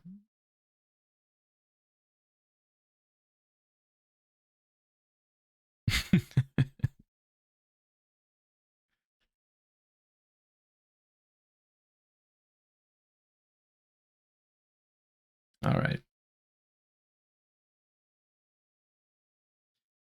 And this one, I don't mind. I don't actually mind if you post this one multiple times. But this one you're allowed to spam. I don't care. Say it louder for the people in the back. I don't mind it.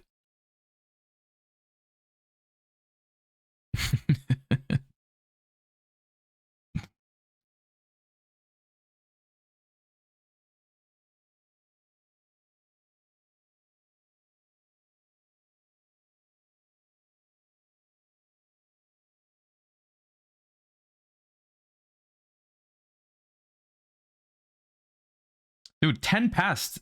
That sometimes 3 minutes can be so long sometimes. I feel like that's way too long. I feel like everyone who wants it has already had a chance to post it. Do we really need to wait 2 more minutes?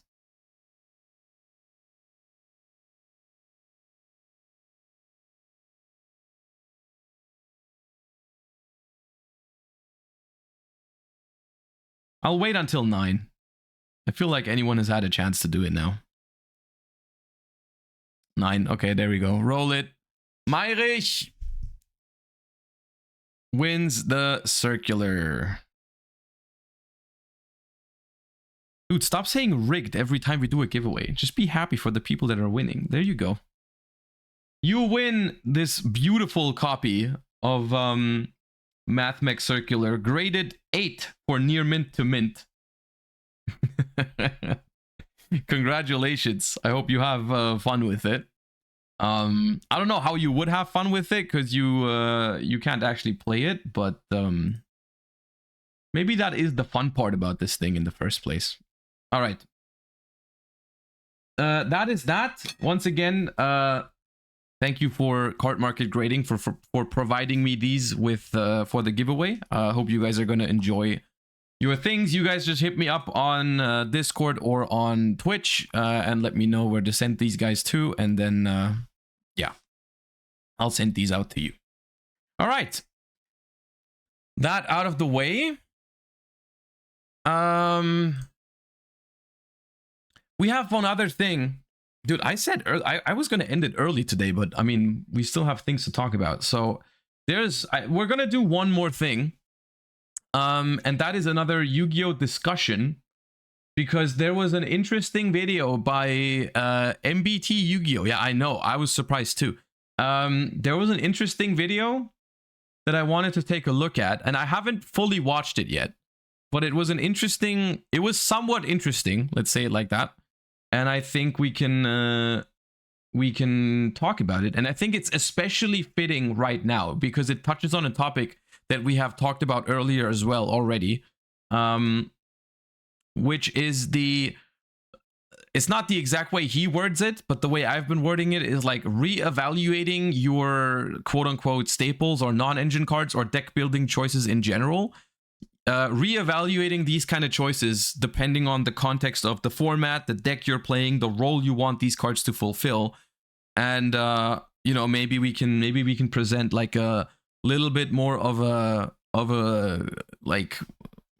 insight on when and when not to do that. The video is called "Murder Your Darlings," which I don't really understand that reference.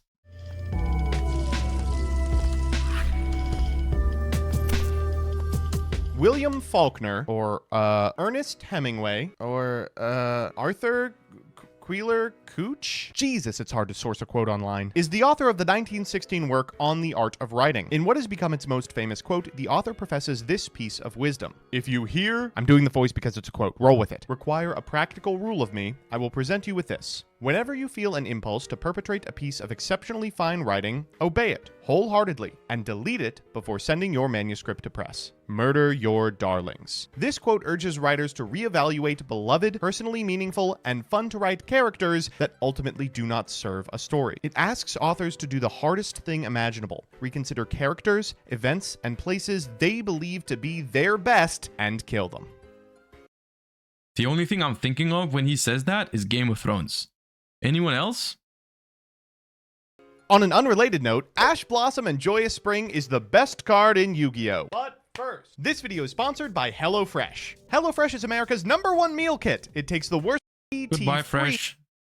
Ash Blossom and Joyous Spring is played in almost every single deck that's topped in the last 5 years of the game. It's the most played hand trap in every single Yu-Gi-Oh format where it's legal, with one exception that necessitates its use. Go to our Yu-Gi-Oh and you'll see players bemoaning it. Go to pro players' YouTubes and you'll see them calling it S tier. There's no question. If you want to win games, you'd better be playing the best. And the best is Ash Blossom. Right? Today, I want to explore an alternative understanding of the card. Like the darlings that litter the pages of Awful YA, Ash Blossom has become somewhat of a comfort character within Awful Locals lists. So you guys are saying like, oh, where's the connection to Yu-Gi-Oh and all that? But I do think it was a solid analogy. I feel like to start us off with. I don't get the problem. Like, just because we have an intro with a quote from a different field of interest that only vaguely connects to Yu-Gi-Oh, like this was completely fine. I don't get it. I actually don't get the confusion and all that. Like fine, isn't it? It's included within decks for a multitude of reasons. A general vague sense that it's good, a strange feeling of compulsion, a mode of thinking that because it's in so many good lists, it has to be a good card. And this, all three of these reasonings, this is 100% true. All three of these reasonings, when someone presents their deck in a deck profile or even just builds their decks, right? These are not good reasonings for including a card in your deck. I mean, it's good is like the closest to an actual reasoning, but like you have to do it, you have to run it, everyone runs it, it's just it's a staple, this format, all these kind of things, right? People say these things very, very lightly, and they are not really reconsidering them at all. And it is true that like it is important to know when to reevaluate those things, because no matter how good Ash Blossom is, and it is a really good card, there have been times where it was not that good to play the card. And there is decks in specific formats that even when everyone else is playing Ash Blossom, they might not want to use it, right? And I'm not gonna mention Runix. I'm not gonna mention Runix. The fact that no matter what you're playing against, it always does something. But format to format, its applications change drastically, and a must-play in one format may not serve your purposes in another. Today, I'd like us not only to examine Ash Blossom's place in the current metagame, but also to identify a thought pattern that might be hampering your success as a duelist. It's time to consider murdering our darling. Let me give you a little bit of insight into the thought patterns I'm talking about. I was pawing through runic profiles last week. If you're unfamiliar... Okay. All right. Hey, look. How do you expect me to not mention Runix now, though? How do we... I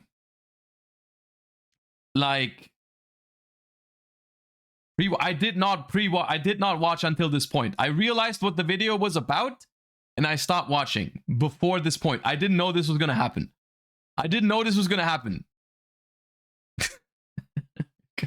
It makes it more awkward if anything.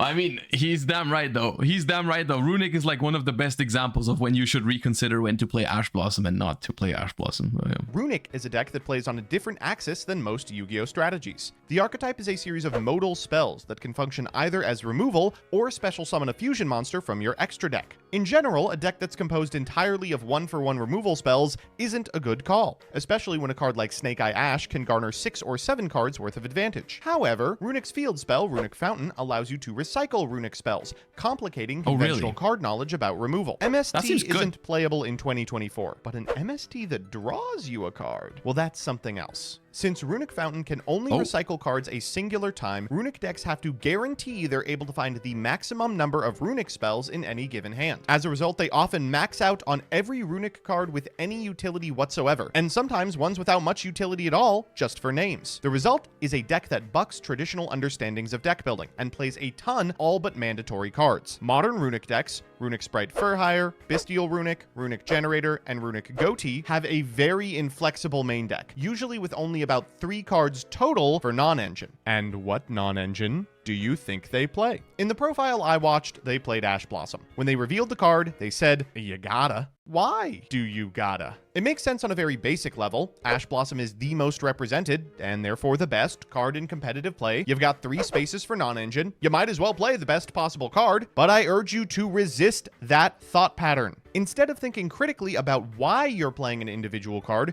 you're deferring to an understanding of play rates. Play rates of... Okay, so the main takeaway from this,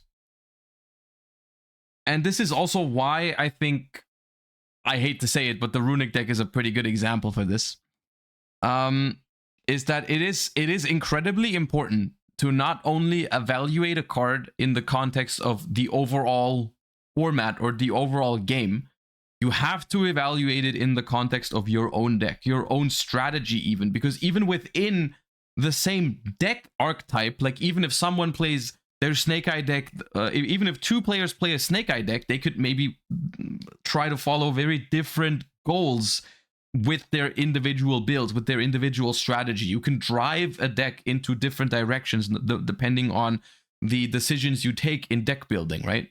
And so evaluating cards based on the context of your deck, your strategy, as opposed to evaluating them as a whole, is a very important skill set, right? And we all do this very intuitively for certain cards. For example, and I'm going to name some very, very trivial examples. People are aware that Dimension Shifter is an incredibly powerful Yu-Gi-Oh card, but you would never put it into a deck where you need your own graveyard. That does not make sense. You are, in that sense, it's a very, like I said, it's trivial, but you are reevaluating the quality of Shifter in the context of your own deck, right? And then even sometimes someone in chat is bringing up a good point. Sometimes you would. Sometimes you go further and reevaluate it again, and you're like, well, my deck needs the graveyard, but some matchups, some decks my opponent plays might need the graveyard even more. So I might still want to use Shifter, right? And that's how you saw decks like Sprite end up being a Shifter deck. How you would see decks like Pearly sometimes using Shifter, right? And it's like, that is another point where you sometimes have to go back and you need to reevaluate again. Like, okay, Shifter's a really good card. My deck doesn't really like Shifter, but it's even better against other strategies, or it hurts other strategies even more. So I'm going to go back to it maybe and try it, right? And this is all just an example of evaluating cards in the context of your own deck, right? And I mean, in the case of Shifter, it's relatively trivial, right? In the case of Ash Blossom, it becomes a lot harder, right? Because that Ash Blossom is a very generic card that could theoretically be played in almost every deck, right? Like the card is good and it can theoretically go into every deck, but should it also go into every deck in practice, right? And that is a question that is worth asking, I think. And the answer to that question is not always yes. Like, I have played and done really well at tournaments in the past couple years since Ash Blossom's release, and I have not played Ash Blossom in every single one of my decks, right? I haven't played Ash Blossom in the Runic Sprite deck that I won YCS Utrecht with. At least I don't think I did. I don't remember. I think I didn't. I think I played Lava Golems. But then I ended up and I haven't played it in a lot of my Runic decks since. but I did play it in my Runic Bestial deck for YCS Bologna. The simple reason for that is the context of the Runic decks that I've been playing was usually Runic decks are pretty good at going second by nature. Like not insane, but they have some pretty good tools, right? The fact that you have a negate, a destruction effect, a back row removal effect, and so on and so forth. Like they have some valuable tools for going second already, and you wanna amplify that by playing a very high impact non-engine cards because you don't have a lot of room. You don't have a lot of room for non-engine in the deck, and using your only non-engine slot on a card like Ash Blossom, which is very diverse but relatively low impact, is usually not what you want to do. The only reason why I played Ash Blossom for YCS Bologna was because basically two reasons. First of all, the format was super wide. There was a lot of different decks which called for a non-engine card that was also useful in a lot of different matchups, and there was not many options for that, right? Ash Blossom was one of the few cards that actually reasonably covered most matchups, but it was not the only reason, because had that been the only reason, I still wouldn't have played it, because even if Ash Blossom is super useful in a wide variety of matchups, it still is usually relatively low impact for those matchups, right? And so if you like, the card is consistent essentially, but it's consistently average, right? And you don't usually want that in a Runic deck. In other decks, you might want that, right? Like in Snake Eyes at the moment, Ash Blossom is very average most of the time as a hand trap, but because they are being played as a hand trap heavy pile, you want a lot of these kind of cards, right? Imperm, Veiler, Ash, Droll, they're all fine cards, but they're all like kind of average in what they do. But if you have a lot of them, then they're really good together. The reason why Ash Blossom was better at YCS Bologna was because there were some matchups where it was more than average, right? Labyrinth, Branded, mainly Rescue Ace. Like it was one of the few hand traps that was actually good against Rescue Ace. Like if you had Ash for Emergency, there was a decent chance they wouldn't be able to make Turbulence happen, right? All those kind of things. So that was the reasoning why I played Ash Blossom in that deck, and as opposed to, I don't think I played it in any of my other Runic variations throughout the years, on the 1.5 years or whatever that Runics are out. I haven't played Ash Blossom at a major event. I may have sided it sometimes for Branded, but I wasn't main decking it most of the time, I think. So and that goes to show that it is important to reevaluate these cards in the context of your own deck, because these were all formats where pretty much every single deck in the format was using Ash Blossom, and they were probably right to do so, to be fair. But it is important to recognize these exceptions. Like, and it is hard to an extent to find these sort of exceptions, but it is true that in Yu-Gi-Oh, for deck building, I don't believe that there is ever a rule that applies every single time. That I don't believe it exists. I haven't encountered a rule for deck building that you can just go by every single time. There is kind of like rules of thumb that is like, if you think of these most of the time, you're going to be okay. Like your decks are not going to be bad, but in order to find the best decks, I don't think there is a rule that you can always follow, right? Like there's solid principles and solid rules of thumbs that if you follow them, you're always going to end up with a solid deck, right? But if you're trying to find the best deck, you have to reconsider everything. Like there's nothing that applies. Even Max C isn't true. Even Max C is not true. There are decks in Master Duel that don't play Max C, and they are right to do so. It's not many, right? Max C is one of the easier auto includes most of the time, and when someone says auto include, like it applies to like 99%. But if you are in the 1% of people that don't want to play Max C, you need to be able to realize that. Right? You need to be able to make that call. And if you're not able to make that call, your deck's going to be worse. A card in completely different contexts, in completely different decks, alongside completely different main deck options. And again, the consequences for misapplying this slot are super high. This is your only piece of non-engine in the deck. It's gotta be good. Instead, I ask you to be willing to murder your darling. Enter an examination of Ash Blossom's slot with a willingness to cut it. It's very possible you'll realize that much of Ash's strength comes from its use alongside a second hand trap, and in a list with so few non-engine slots, you're better off following Dinkabui's lead and playing an equalizer that might trade for more cards. It's very possible you don't play any non-engine at all. If Ash is just going to trade for 1 point of interaction, you might as well sub it out for even more runic spells that do the same but offer more. Unironically, speaking of Max C and Master Duel, unironically, I've had times where, or like I've been in formats in Master Duel where everyone is playing Crossout, Called by, Ash Blossom, and maybe even Gamma to counter Max C. And there are so many times where I go second and I use a Max C, my opponent negates it anyways, and then I start my turn with 1 less card, and I was like, I kind of wish I didn't even have Max C in the first place. I would rather have 1 extra card now than having spent that Max C. So I sometimes I even feel like Max C is, I mean, it's an incredibly broken card. I don't want to say anything else, but like sometimes there's formats where I was thinking about taking it out because everyone was playing so many outs to it that I was not feeling good about it often. Because if my Max C gets negated like 60% of the time or some shit, then it doesn't feel that good to me, right? You still feel obligated to play it, and I understand that. But even that might not be a given for every single format that's still yet to happen for Master Duel. Flexibility for your linear strategy. It's even possible you do land on Ash Blossom. Maybe your worst matchup completely folds to it, but whatever conclusions you draw, I ask you to do them without... Brand doesn't completely fold to Ash Blossom. According to all the brandies in my chat, they have a very easy time against Ash Blossom. They play through Ash Blossom every single time. They never lose to it. It's only a coincidence that every time that I personally Ash Blossom branded, they always pass the turn. These two things are not connected to each other. Any presuppositions. Rather than just tossing out a "you gotta," here's an example of that thought process in action.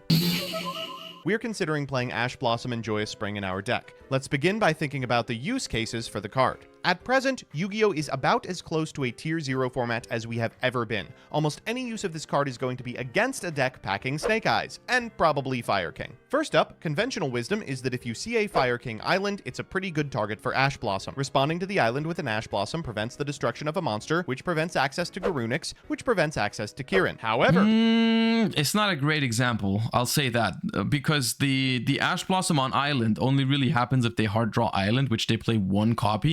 Usually if they like Ash Blossom is going to be used on a different spot. This supposes they have no other access to the Fire King line. Many of these decks are on 3 Kirin already. It's just as likely that they naturally draw a Kirin as you are to draw an Ash. Even if... But, I mean, Kirin doesn't play through Ash. This is not a great example. I agree with everything said until this point.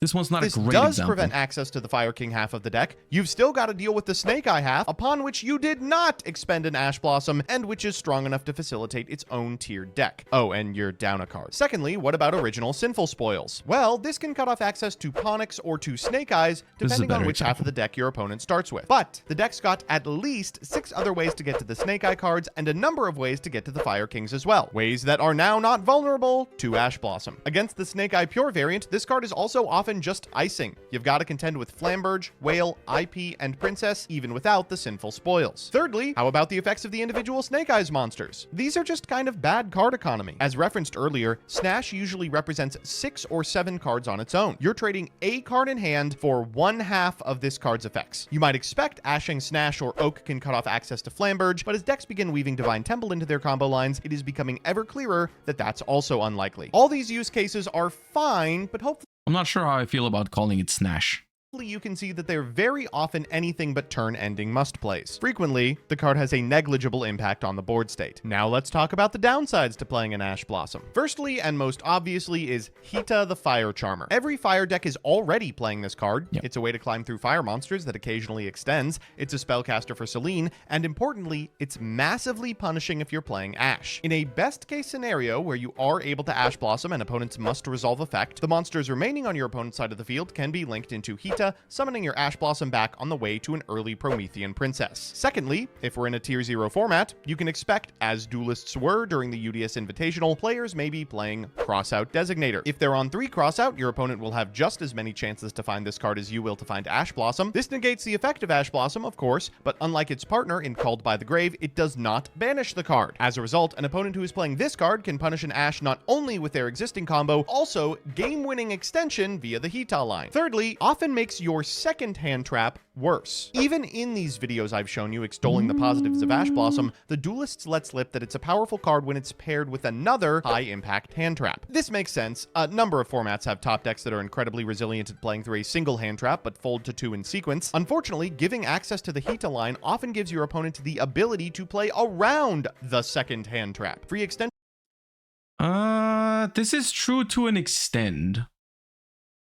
This is true to an extent. I still think Ash is pretty good paired with other hand traps. So, long story short, some of these examples were good, some of these examples were not that great. But overall, it's good to... the main point of the video is reevaluate Ash Blossom even in a format like this one. That's fine.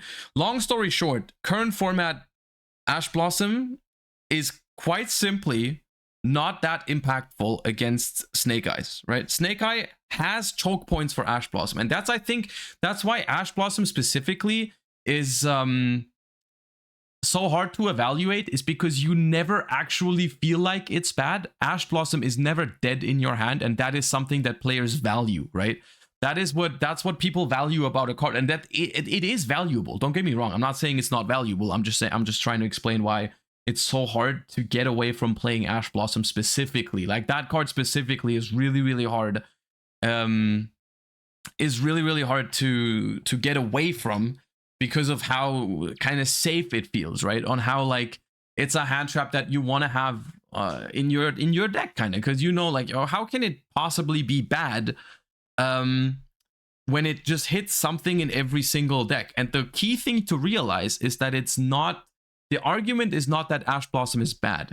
The argument is Ash Blossom is maybe not powerful enough because obviously it's competing with other cards in the same slot, right? It's like Ash Blossom and Joyous Spring being in your deck or in your hand doesn't mean it's not going to be a bad card. It's always going to do something, right? But it could be a different card that maybe would be doing more in this particular scenario, in this particular format, right? And like, that's the thing, right? That is the thing. And I would argue at the moment, the only reason why Ash Blossom, or the only time Ash Blossom should be in your deck for the current format, is if you are playing a super, super hand trap heavy deck. If your deck only has 3 hand traps, and the only hand trap you decide to play is Ash Blossom, that is most likely incorrect. Even if your deck has 6 hand traps or 9 hand traps, and one of them is Ash Blossom, that might just be incorrect. Because I'm gonna be honest with you, drawing 1 hand trap against Snake Eye is usually not enough, especially if it's Ash Blossom, right? I don't know what the exact break point is, right? I don't know what the exact break point is, whether it's 9 or 10 or 12 or 15 or whatever, right? I can't tell you that exact number. What I want to get across here is that Ash Blossom in this current format is only good in some contexts. And the context for Ash Blossom where it's good is if it's paired with other hand traps, which means you need to make sure that you have a good chance of drawing it with other hand traps. And that is not something you can really realistically do if you're only playing Ash or only playing some hand traps. And if you're playing a deck like, if you're playing a Runic deck right now, for example, as one deck that doesn't have room for non-engine, like statistically you can play like 3, 4, 5 non-engine cards, Ash Blossom should not be making it into any of your guys' Runic decks at the moment, I don't think. And the same is true for a lot of other decks that don't have a lot of non-engine spaces, like maybe I'm thinking like Branded, which is a deck that typically doesn't have that many non-engine cards in it, right? And if you're playing Branded, I don't think you should be playing Ash Blossom in it unless you need one for Crossout, maybe, right? So, and this is all you really need to do, is like be able to sit back, look at your deck, kind of maybe like lean back, look at it from a distance, and think about, okay, what is my strategy when I play against Snake Eyes with this deck in this current format, right? Is my strategy when I go second, I want to stop them from building a board? In that case, I need a certain amount of hand traps to do that. Is my strategy I want to make them build a board and play into it? In that case, you wouldn't be playing hand traps at all. Is my plan I want to stop a very specific thing from happening? Like maybe I can deal with everything they do, but I can't deal with the Fire King cards, so I want to play cards that are good specifically against the Fire King cards. Maybe you're looking at cards like DD Crow or something like that. Get rid of that Garunix or something like that. You know, like you need to reevaluate what you want your deck to do, what your game plan is, right? And that's the I guess, long story short, it wasn't that short, but yeah. May net your opponent a Princess or even a Flamberge through Divine Temple, both of which contest an in-hand Nibiru. If it's turn 2, Hita may be the difference between a Link 3 like Celine that can demand a response with an access code threat that Princess couldn't. The knowledge that Ash Blossom is no longer in play may embolden a duelist to make the decision to commit to a high-impact Fire King Island line that loses to very little outside of Ash Blossom, instead of a comparable line that loses to more generic options. Hell, maybe they can even make it to Apollosa. So, what are you gonna do? I'd like to conclude on this. I'm not asking you necessarily to kill Ash Blossom, to remove it from your decks and laugh from atop a throne of contrarianism as soon as I'm done with it. I'm asking you to consider the above discussion and determine if it's worth playing in your deck. Jesse, for instance, describes it as the 4th best hand trap, but guess what? He's playing the other 3 already. It's gonna make the cut. Rather than just putting it out to pasture or jamming it in your 55, what I'd like you to do is start engaging with your deck choices using this mental model. Interrogating every slot in your deck by examining its use cases, its downsides, and how it meshes into the larger context of the rest of your strategy. Most importantly, be ready to buck unscientific, vibes-based deck decisions like, you gotta be prepared to murder your darlings. And I agree with this. This was good. This was a good competitive discussion. I'm gonna be honest, and it was also a good analogy in the beginning. I don't know why people why people had a problem with that. I felt like that was a nice video.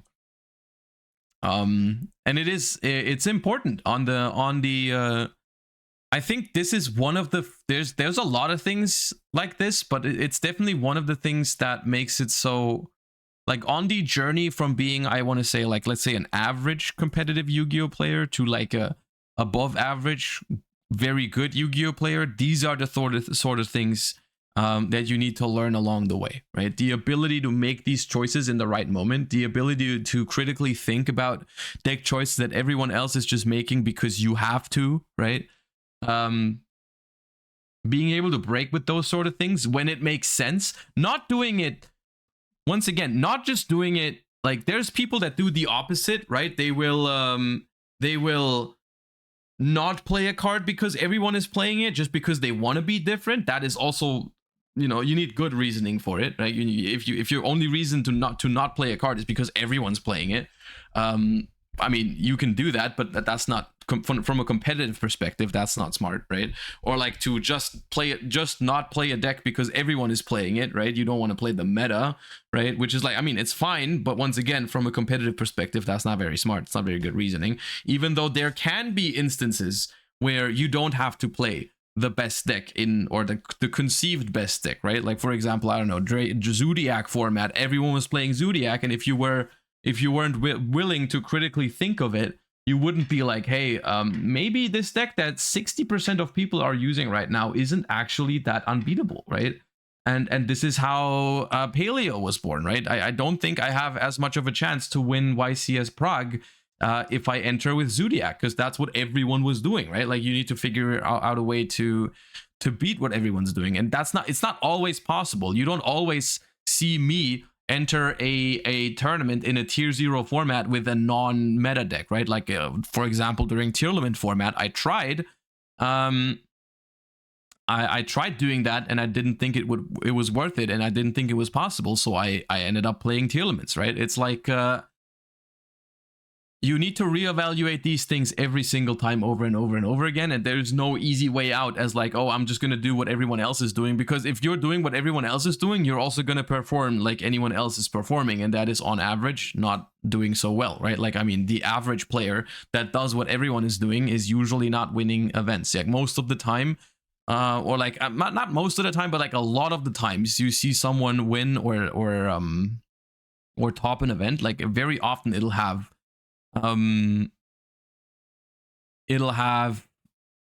some innovation somewhere, right? That paleo list is one of the 3 best lists in the history of the game. What's the other 2? What are you thinking?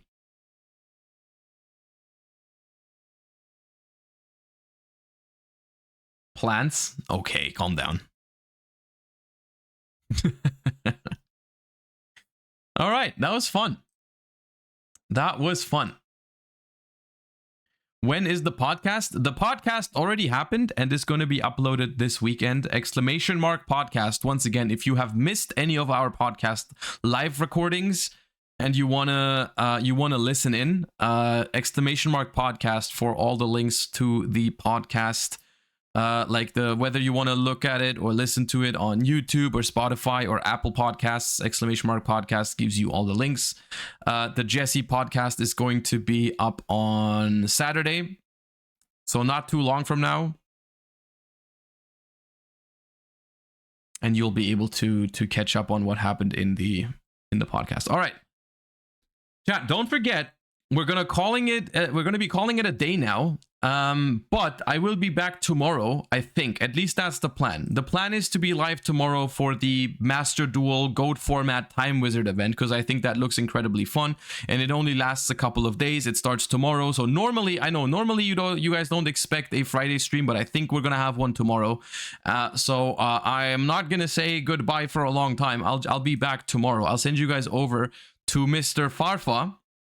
And I hope to see you guys tomorrow. Appreciate you guys for watching. Thank you for the subs. Appreciate you guys so much for all the support. As always, hope you have a wonderful rest of your day. Thank you for watching. See you guys tomorrow. And yeah, be nice to Mr. Farfa. Bye-bye. Peace.